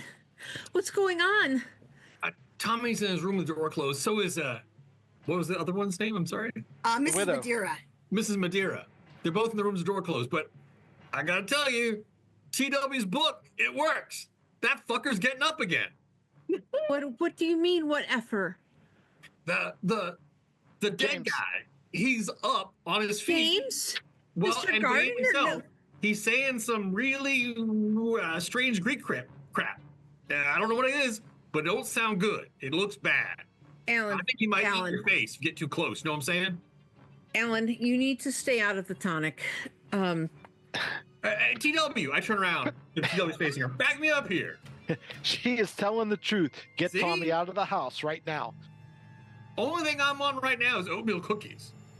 Did I? No, I didn't put anything in those. Not in this batch. I run up to the third flight to Tommy's room. Okay, and so as you get up to that third flight, you see Mrs. Madeira's, you actually hear her locking, and it's weird because you thought that these rooms only had one lock. You're hearing her like lock, slide bolt lock, like there are 4 or 5 different locks there must on the inside of her door. I'm not surprised that there's an extra lock. A lot of people in this neighborhood are very concerned about their worldly goods. And as you get to the top of the steps and you hear that and you see the front door of your house open and your room open, and Tommy's coming out and he has a like BB gun and he has this little case that your husband had put together for him as like his investigator's kit. He had made it for him for Tommy's last birthday that they got to share. And he's like, Mom, I'm ready to investigate. And right as he says that, you see this, like the door frame around Mr. Gardner's apartment just smashes, and this monstrosity comes out. It's seems like it is still wearing James Gardner's skin, but it has grown it's at least twice the size that it was before. And his fingernails have grown out into these long claws, and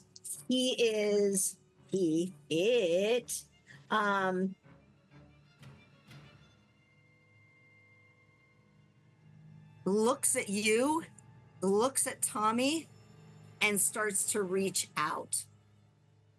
And so what I'm going to do, because Tommy doesn't have any stats, but you do, I would like you to roll your dodge for Tommy, but I'm going to have you roll it with a bonus die because, he's younger than you are.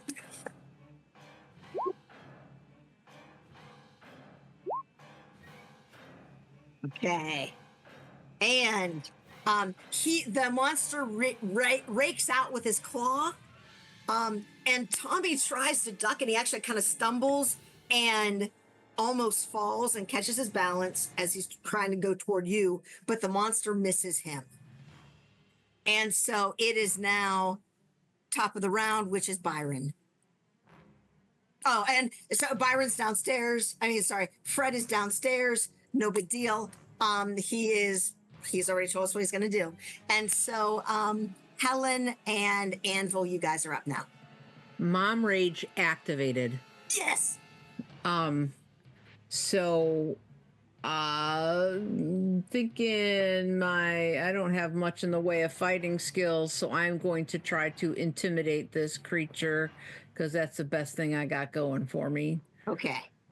I'm gonna jump in front of Tommy, and I've got two hands on this umbrella. I'm gonna make it like I'm gonna stab him. Okay. Nice. Try to intimidate him. Okay. Oh, nice. And it seems to rear back. Like it doesn't. Your movement shocks it, and so it just kind of pauses for a second. It doesn't seem like it quite knows what to do yet. I'm going to take that as a sign that James really had affection for Tommy and I. I bet he did. That he is inside that monster trying to hold it back because he cared so much for the two of you. And, maybe he... Deep down. Maybe he regrets. Maybe he has regrets. Who knows? But maybe he's in there trying to protect you at the last minute. Is there anything else you would like to do now that this thing is kind of paused? I'm gonna grab Tommy and try and run down the stairs. Okay. And you're gonna at least get starting down the staircase. Anvil, what are you doing? I set TW down, and I pull out my Roscoe. Betsy, now's the time. And I aim towards the top of the stairs, and I'll wait until Mrs. Roeker's out of the way. But if I see monster's head, I'll aim for that and shoot. Okay, excellent. And so, you're holding that action. If you see monster, you're shooting. TW, go ahead. I'm going to continue downstairs and look to see if I can find 1920s. There might not be a lot of electricity. Seeing if I can find a hurricane lamp. Ooh. I definitely recall reading some things about fighting things from beyond with elemental powers, and fire is an elemental power. Why don't you make a luck check to see, would you have one of those in your apartment? Because your apartment's on the second floor. Do you think you would have one, or do you want to make a luck check to see if you have one? I'll make a luck check to see if I have one. Okay. Oh my God, yeah. And it's full. In fact, it's full, and you actually have two because, you need a backup just in case. You are able to get to your room. You can grab both of those. They're both full. If you want both, I don't know, but you grab what you want, and you would have time, I think, maybe to get back to the stairs if you want to. Okay. I'll hand one to Alan. Oh, excellent. Do you need 2 hands for the Roscoe? I don't think so. What did? I'm sorry, I was getting dumplings. What did? Oh no, that's okay. So he I got TW. Tell him what you did. Sorry, why am I talking? So I thought about the things I've read about things like this, and fire is one thing that can be useful. So I went to my room and I had 2 hurricane lamps in there based on my luck roll, and I reached out and grabbed them and brought one back and handed it to you. Oh, well, thank you. I didn't get you anything. Just get me out of here. All right, cool. Okay, sorry. I have one hand with a hurricane lamp, and the other hand on my Roscoe. All right, excellent. Okay, and so as you're all there and kind of looking up, and you see, you know, you can see the shadow of the monster, and in fact, I'm going to assume that at least one of you likes to go to the movies. It almost looks like the reverse of the Nosferatu shadow that you would see like going up the steps. This time, like you see the shadow on the wall before you see the monster, and you can see the shadow kind of coming down the steps, and those claws come out, and its head comes into the staircase, and it roars at you. And Anvil, go ahead, because you have this shot prepared. Go ahead and shoot. And where did you say you were? You said you were shooting its. You said you want to shoot in the head, right? Well, yeah. I mean, given a choice, but let's see. What do I? It's on my front page. Firearms, handgun, Yes. 60. All right, go ahead. Yes. Oh, excellent, excellent. And so it will hit. Go ahead and roll for damage. I believe it's 1d6, but let me check. I think it is as well. I think it says it on there too. I think it does. Let's see. 3d. Oh, 4 bullet. Oh no. During luck, roll 3d6 and multiply it just by 5. Oh no, I don't. You see here. I'll go to combat. I think your gun might be under combat. Yeah. You're right. It's 1d6. So to roll a d6 on here, how do I do that? You can go to the side where it has the like the side of the screen where it has like T and the paintbrush, and at the bottom of it there's a die. Yeah. Here we go. 3. Blam. Okay. Blam. And you see, sorry. Betsy got him. Yes. And the shot goes in, and you know that skin has peeled back, and so it's just that kind of like bloody, skinless like skull, and the bullet cuts into, sorry, this is looking down and I'm trying to do it backwards. It cuts into the right side of its skull, and you can see this like giant groove just like run through its skull, and like bone splinters are going everywhere. And it roars in pain. Yes, that's it exactly. And wait, sure, I'm trying to find you. Okay. And it opens its mouth again, and you expect to hear that roar, and instead you hear this kind of whistling sound, like it's almost a cross between whistling and singing. And I need everyone in that stairwell to make a POW check. We're making opposed POW.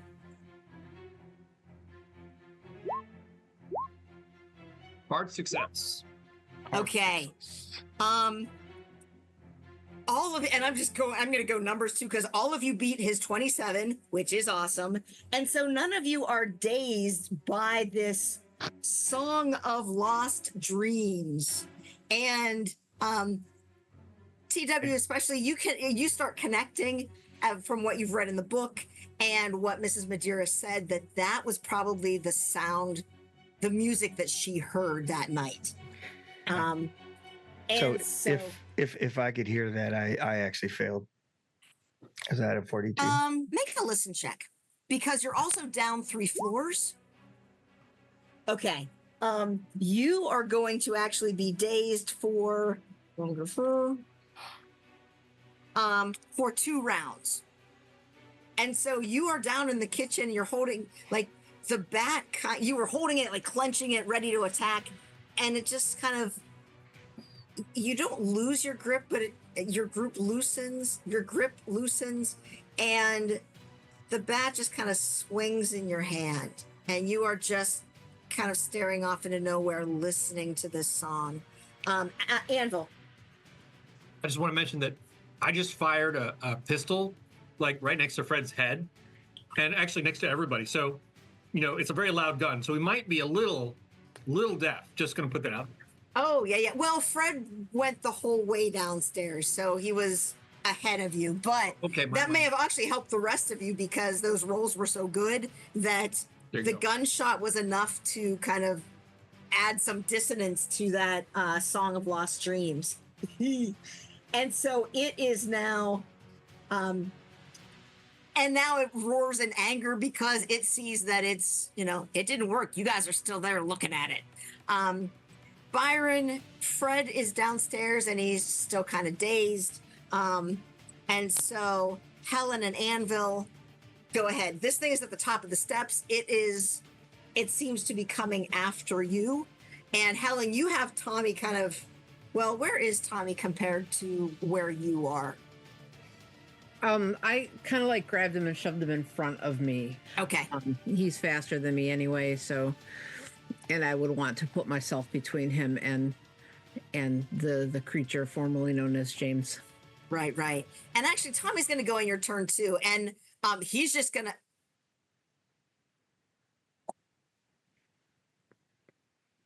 He's going to look at you and just say, Mama, Mommy, what should I do? I can protect you. I've got my gun. Run, baby. Like, run. And he just turns and runs. Boom. Straight down the steps. Drops his investigator's kit. It falls over the steps, like breaks open, and all of these different implements just roll down the steps. Anvil and Helen, go ahead. I say to Dealio, we got to retreat. Tactical. One more flight down. So I will go another flight down, and I will hold my pistol. And if I see it coming in the staircase, I'll do it again. I'll just shoot it again. Or try. Okay. Excellent. And so, yes, and you're able to do that. Helen, what would you like to do? You've already moved Tommy along. That's great. And you see Anvil heading down. How close is the creature to me? How far behind you? You're on the landing, and it's at the top of the steps. So it is maybe probably 8 to 10 steps ahead, above you. You're below it by 8 to 10 steps. I'm gonna keep going.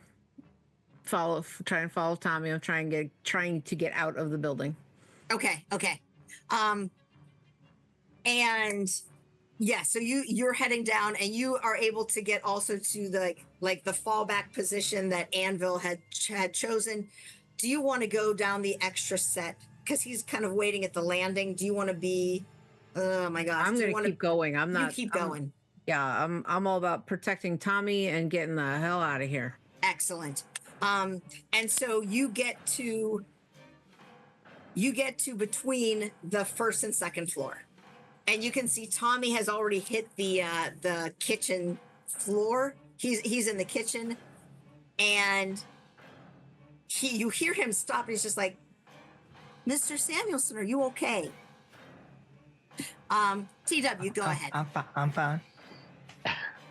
I'm gonna throw Tommy, keep the going. hurricane lamp at the creature and then run down the stairs. Yes. And so go ahead and make a because you're throwing it. Go ahead and make a dexterity check. Failure by a lot. Since you're throwing, do you want to push your luck? Yes.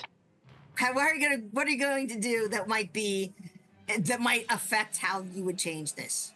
Well, what happened was I started to throw it, but that oil splashed. It's a little slippery, so I kind of grabbed it, and now I just have a two-handed throw instead of a pure one-handed throw.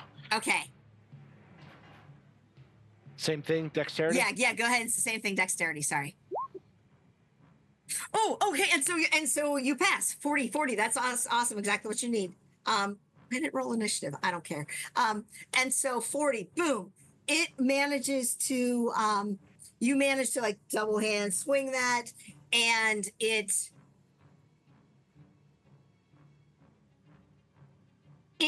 falls right at the feet of the creature and just splashes all over him.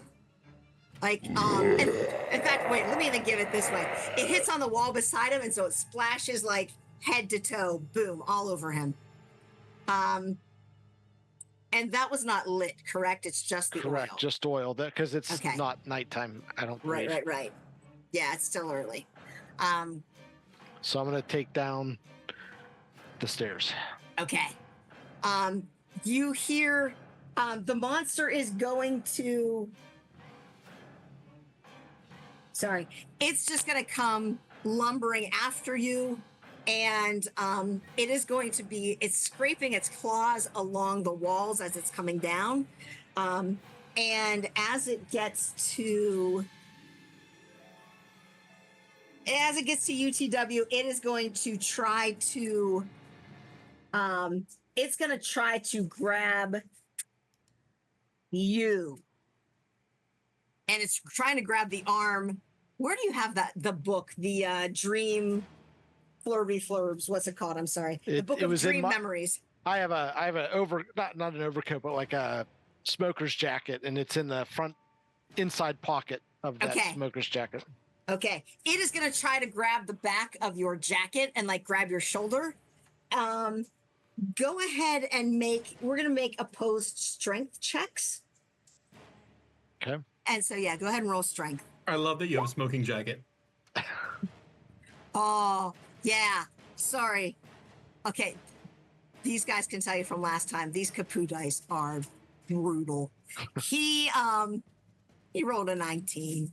And so the monster grabs your shoulders and you feel the claws dig in, and you are going to take a point of physical damage as it grabs your shoulder and sinks its claws in. So you are like, it's not able to do anything more except grab you, but that's enough. It now has you. Everybody hears a high-pitched girl-like scream. Yay! Can I see them? Am I getting shot off? Oh, yes. And you see him, and so go ahead and shoot. I forgot about that. Thank you. Okay.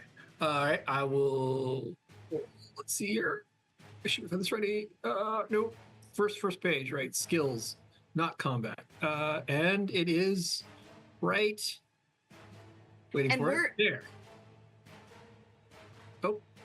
Oh, wait. Sorry. That's So okay. anticlimactic. All right, here we go. Handgun. And Hard success. where are you aiming? Are you aiming for the head again, or just like Yeah, whatever? pretty much the head. Go ahead and make a luck roll to see if you are, because it's coming around, and just go ahead and make a luck roll to see if you hit where you want to hit. Sure. Nice. Oh, success. Yeah, and it's this time it goes on the other side of its head, and you see part of its cheekbone just like blow out. 5 points. 5 points of damage. Nice. Get him, Betsy. It shrieks again. Oh my god. And it's let's see if it loosens its grip on you. Oh, you're freaking hilarious, honey. Sorry, he rolled a 69 because the claws actually loosen and it lets go of you as it reaches up and grabs its face instead. So, TW, you are free on your turn. And Fred is still, this is your second round of being dazed, and then your next turn you'll be able to do things. Tommy's down there with you, and he's trying to like wake you up because he's very disturbed that you're just standing there. Helen and Anvil, it is your turn. And Anvil, you just shot this thing. It's right in front of you. It has dropped. It has let go of Thaddeus. Did it actually fall to the ground? it didn't fall. It's still up, but it's almost like leaning against the wall. You've like smashed away part of its face, and it is just kind of, it's there in front of you. All right, I will. Mr. Roeker, do you want to go first? I'm running to get Tommy. I'm trying to get out of the building. Okay. Yeah, you're running out. And if you would make a, I didn't even think about this until afterwards. Go ahead and, no, because you're a mom and you are used to walking over, you almost have this like second sense about some sense about where Tommy's toys are. So you're able to go down those steps without stepping on any of his investigation kit. You get to the kitchen. You see Tommy trying to wake up Fred, and you see Fred just standing there like he's just gone. He looks completely dazed. So I know I'm going to move slower for this, but I'm going to take each of them by the hand and try to lead them out the front door. Okay. Yes, you absolutely can.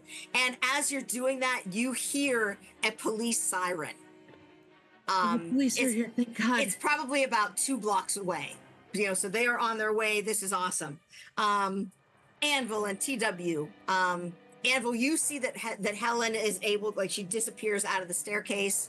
And you're also able, both of you are able to hear the sirens as well. Go ahead. All right.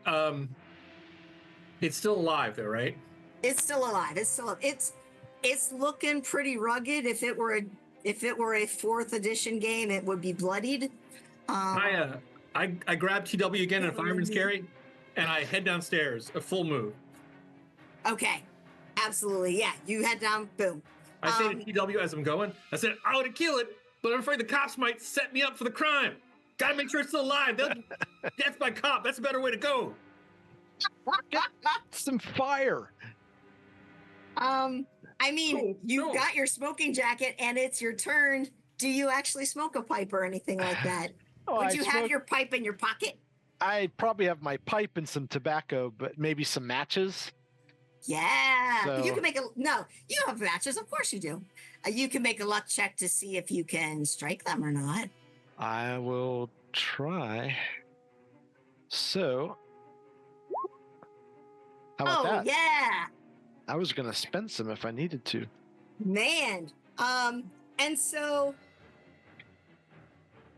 you're going to light it. You're going to throw it. Can you tell us what that looks like? Well, there's oil coming down. I'm just trying to, as I'm hopping down on his back, just trying to strike and throw if I can. Mm-hmm. Well, and it has let you go. So you at least, no. I'm sorry. Yeah. So you are striking and going. I'm sorry. Go ahead. Yep. And I'm just trying to light a wooden match and see if I can throw it. Go ahead and make a dexterity check. Just a flat one. Complete failure. Oh, complete failure. I'll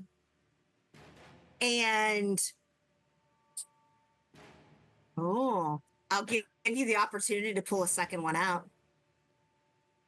I have to ask you this. Do you want to do that for pushing it? I have to ask this question first. So with my first fumble attempt to throw it, is any oil on me? And it is, because you were able to make the other one, there didn't seem to be any oil on you. All right. So because you had moved, like it had fallen at your feet, but it didn't actually get on you. Gotcha. So I'll push it. Dexterity. Okay. Success.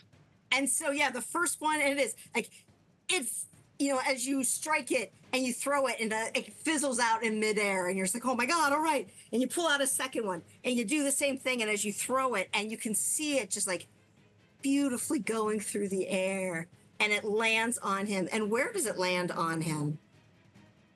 It probably lands close to his feet.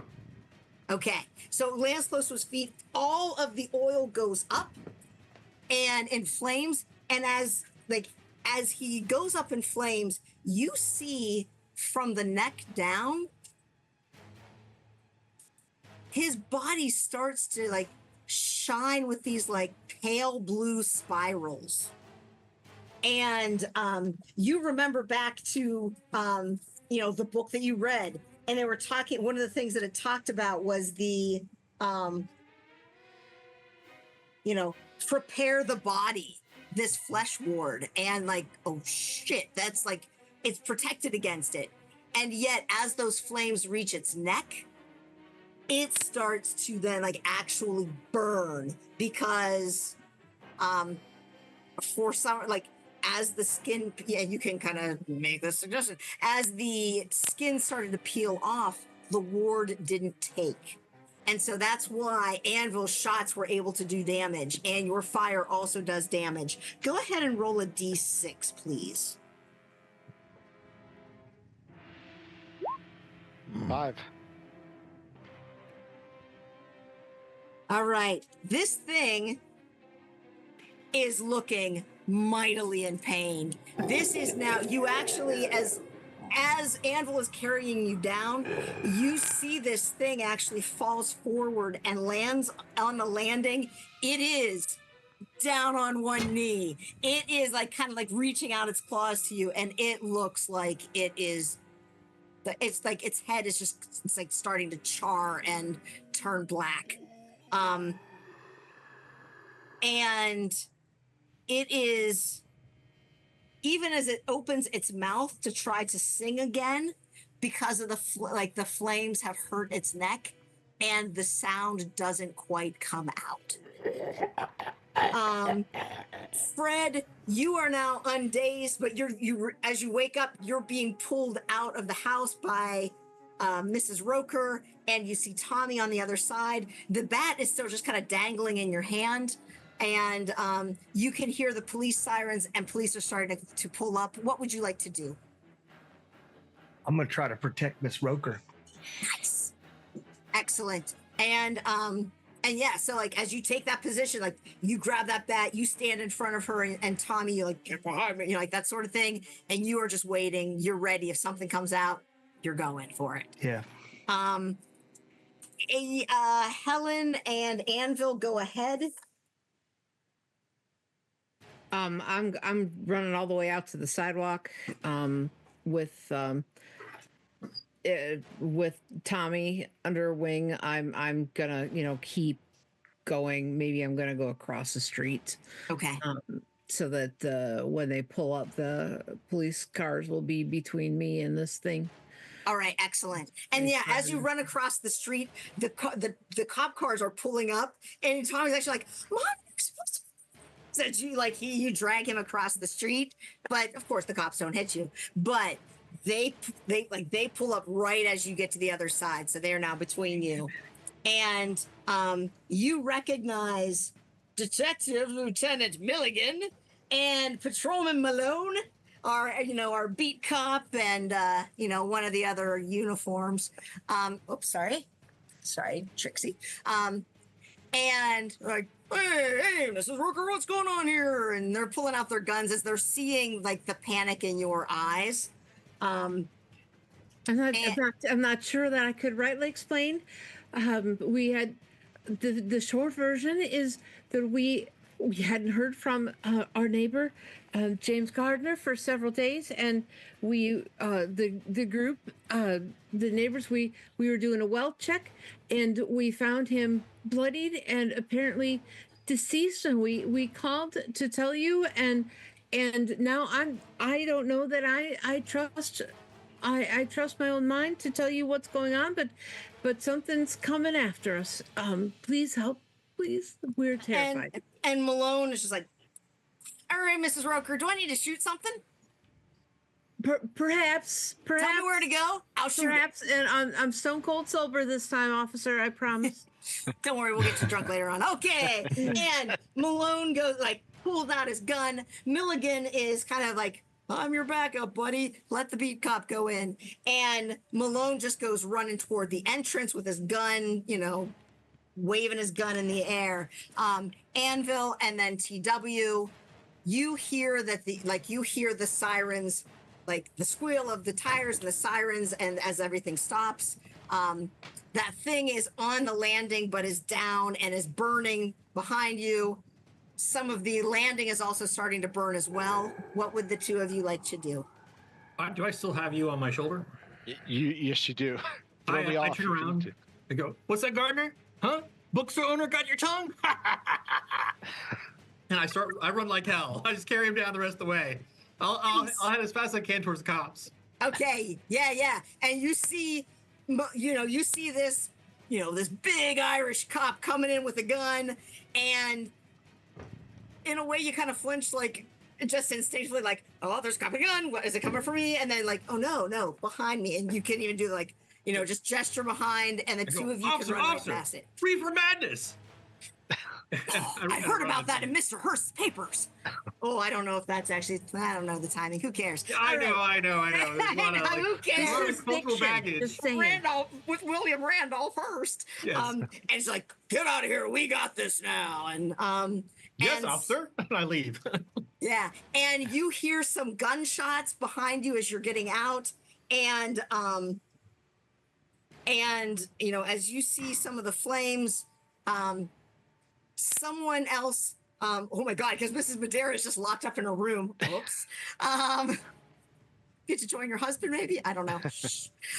But some of the Pray for her soul. yes, Milligan can see the flames, and so he calls for the fire department. Malone is able to, like, this thing kind of burns up, and so they don't really know what they have. And you guys are all safe. You, TW, have a lot of really good books now. And I guess the question really is, sorry. How much will they The sell? question really is where did I put this damn epilogue? Okay. And so, it is burning up in there, but the fire damage is minimal. So you're able to, like, Miss Mawshanks is able to fix everything up. And over the following weeks, you start, especially TW, with the help of, I guess, Helen, would you give the dream journal to them, or would you keep that? I burn it in the oven. Oh, nice. And so you don't even necessarily know what was going on with him, but you can guess that that he was trying to get into the dreamland. And as you look more at this book, the book itself is cursed. And so you may be dealing with some of this in your own dreams, TW. But you are the monk from this book, this entity was really showing him all these things to do, but not to bring him into the dreamlands, but to bring this entity out of the dreamlands into the real world, to take over his body and then, and do what he wants in the world. But because of your timely actions, you have managed to foil this plot, and huzzah for you all. And, there may be some ramifications along the way. But ultimately, hooray, you survived. And you destroyed it. And so the end, that's what we got. I'm sorry, that in itself is a little anticlimactic, but that's all right. And I guess, do you players have any questions for me before we end the stream? No questions, but I want you to know that Helen is going to be taking all of the comic books away from Tommy, and there is she's going to be very strict about everything that he reads, and we're probably going to increase our church attendance from here on out. That's a great idea. Perhaps host a Bible study in the kitchen once a week. Nice. How about the Anvil? Anvil wants to set up a side business with TW where TW is expert who identifies things, and I'm the procurer, and we have our own market. That way, TW has access to all the occult crap that he wants to see, and I can pay off my debts. Ooh, nice. Also, eventually, I do show him the 2 knives from the umbrella stand. Yeah. What about the one from the body? Oh, that was in the umbrella stand already. I snuck out of the room. I'd sold them the 2 knives because he asked me to, and I'm like, fuck, no problem. I procured them for him. And so I found the first one in the box. I found the second one on his body, so I procured that one. And when I went downstairs to hide my ledgers, I also hid those in the umbrella stand. Nice. Okay. Yeah, and as you I guys missed were that. talking, he just like managed to get it right out from the body. Oof. TW, you know, so you've got this going on with Anvil. Anything else going on with you, especially as you read this book maybe a little more? No, we just we've been able to parlay this little bit of a partnership into a success. Been able to actually purchase the building that my bookstore's in, and the upstairs is where we live. The front room's the bookstore, and the back room's kind of where Anvil handles a lot of his business, and we utilize whatever little occult powers I might be able to glean out of different things to help our business grow a bit. Nice. You said you're living there, too, like we're living there. Or is there something else going on with you and Anvil? Nope. It's Okay, I just wondered. purely I mean, plutonic. Hey, uh, there's nothing wrong with Greek literature. There's Yes. nothing wrong Nothing wrong. with Greek literature. yes. Nope. All right, and Fred, Mr. Nosy Neighbor, any? He's last- already retired. This probably shocked him quite a bit. So he probably ends up going to seek some mental help and eventually ends up in the senior center. Oh man, I don't know if you want to move to Florida or not. I heard that the weather is really nice for retirees. Not really in the 1930s, but Okay. somebody said that they're going to build some kind of like Disney World or something down there. That's terrible. I don't think that's That's a bad. ridiculous. It'll never work. With all those gators It'll down there, never no work. way. Never. I read about a guy down there that has a cure for the bubonic plague. Really? Not bubonic, tuberculosis. Mm. Do you have to like drink urine or something? I don't know. Probably. That's so weird. Okay. Just tying into what we played at Origins. Oh yeah, oh, that's right. The Swamp Song, which is available. Sorry, Swamp Song, which is available through Miskatonic Repository and Drive Through RPG. But thank you, folks, for coming with us. Thank you for Chaosium for having a lot of really cool stuff that we can play. Players, put and- your hands together for Chantel. This was amazing to watch, Yeah. and thank you for letting me run tech. That was good fun. Thanks, folks. Thank you, Jason, so much for all your help. And again, oh my God, Tara, Mrs. Roeker is gorgeous. Off the chain. Yeah. So good. So folks, I guess let's say goodbye to everybody and then we'll flee for the night. So Say good bye, night. folks. Thank We'll you. see you next Night, week guys. for session 0 of our Cyberpunk Red. Right? So that's exciting. Yeah. Have a good night, guys. Nice. We're Good out. Good night. Bye.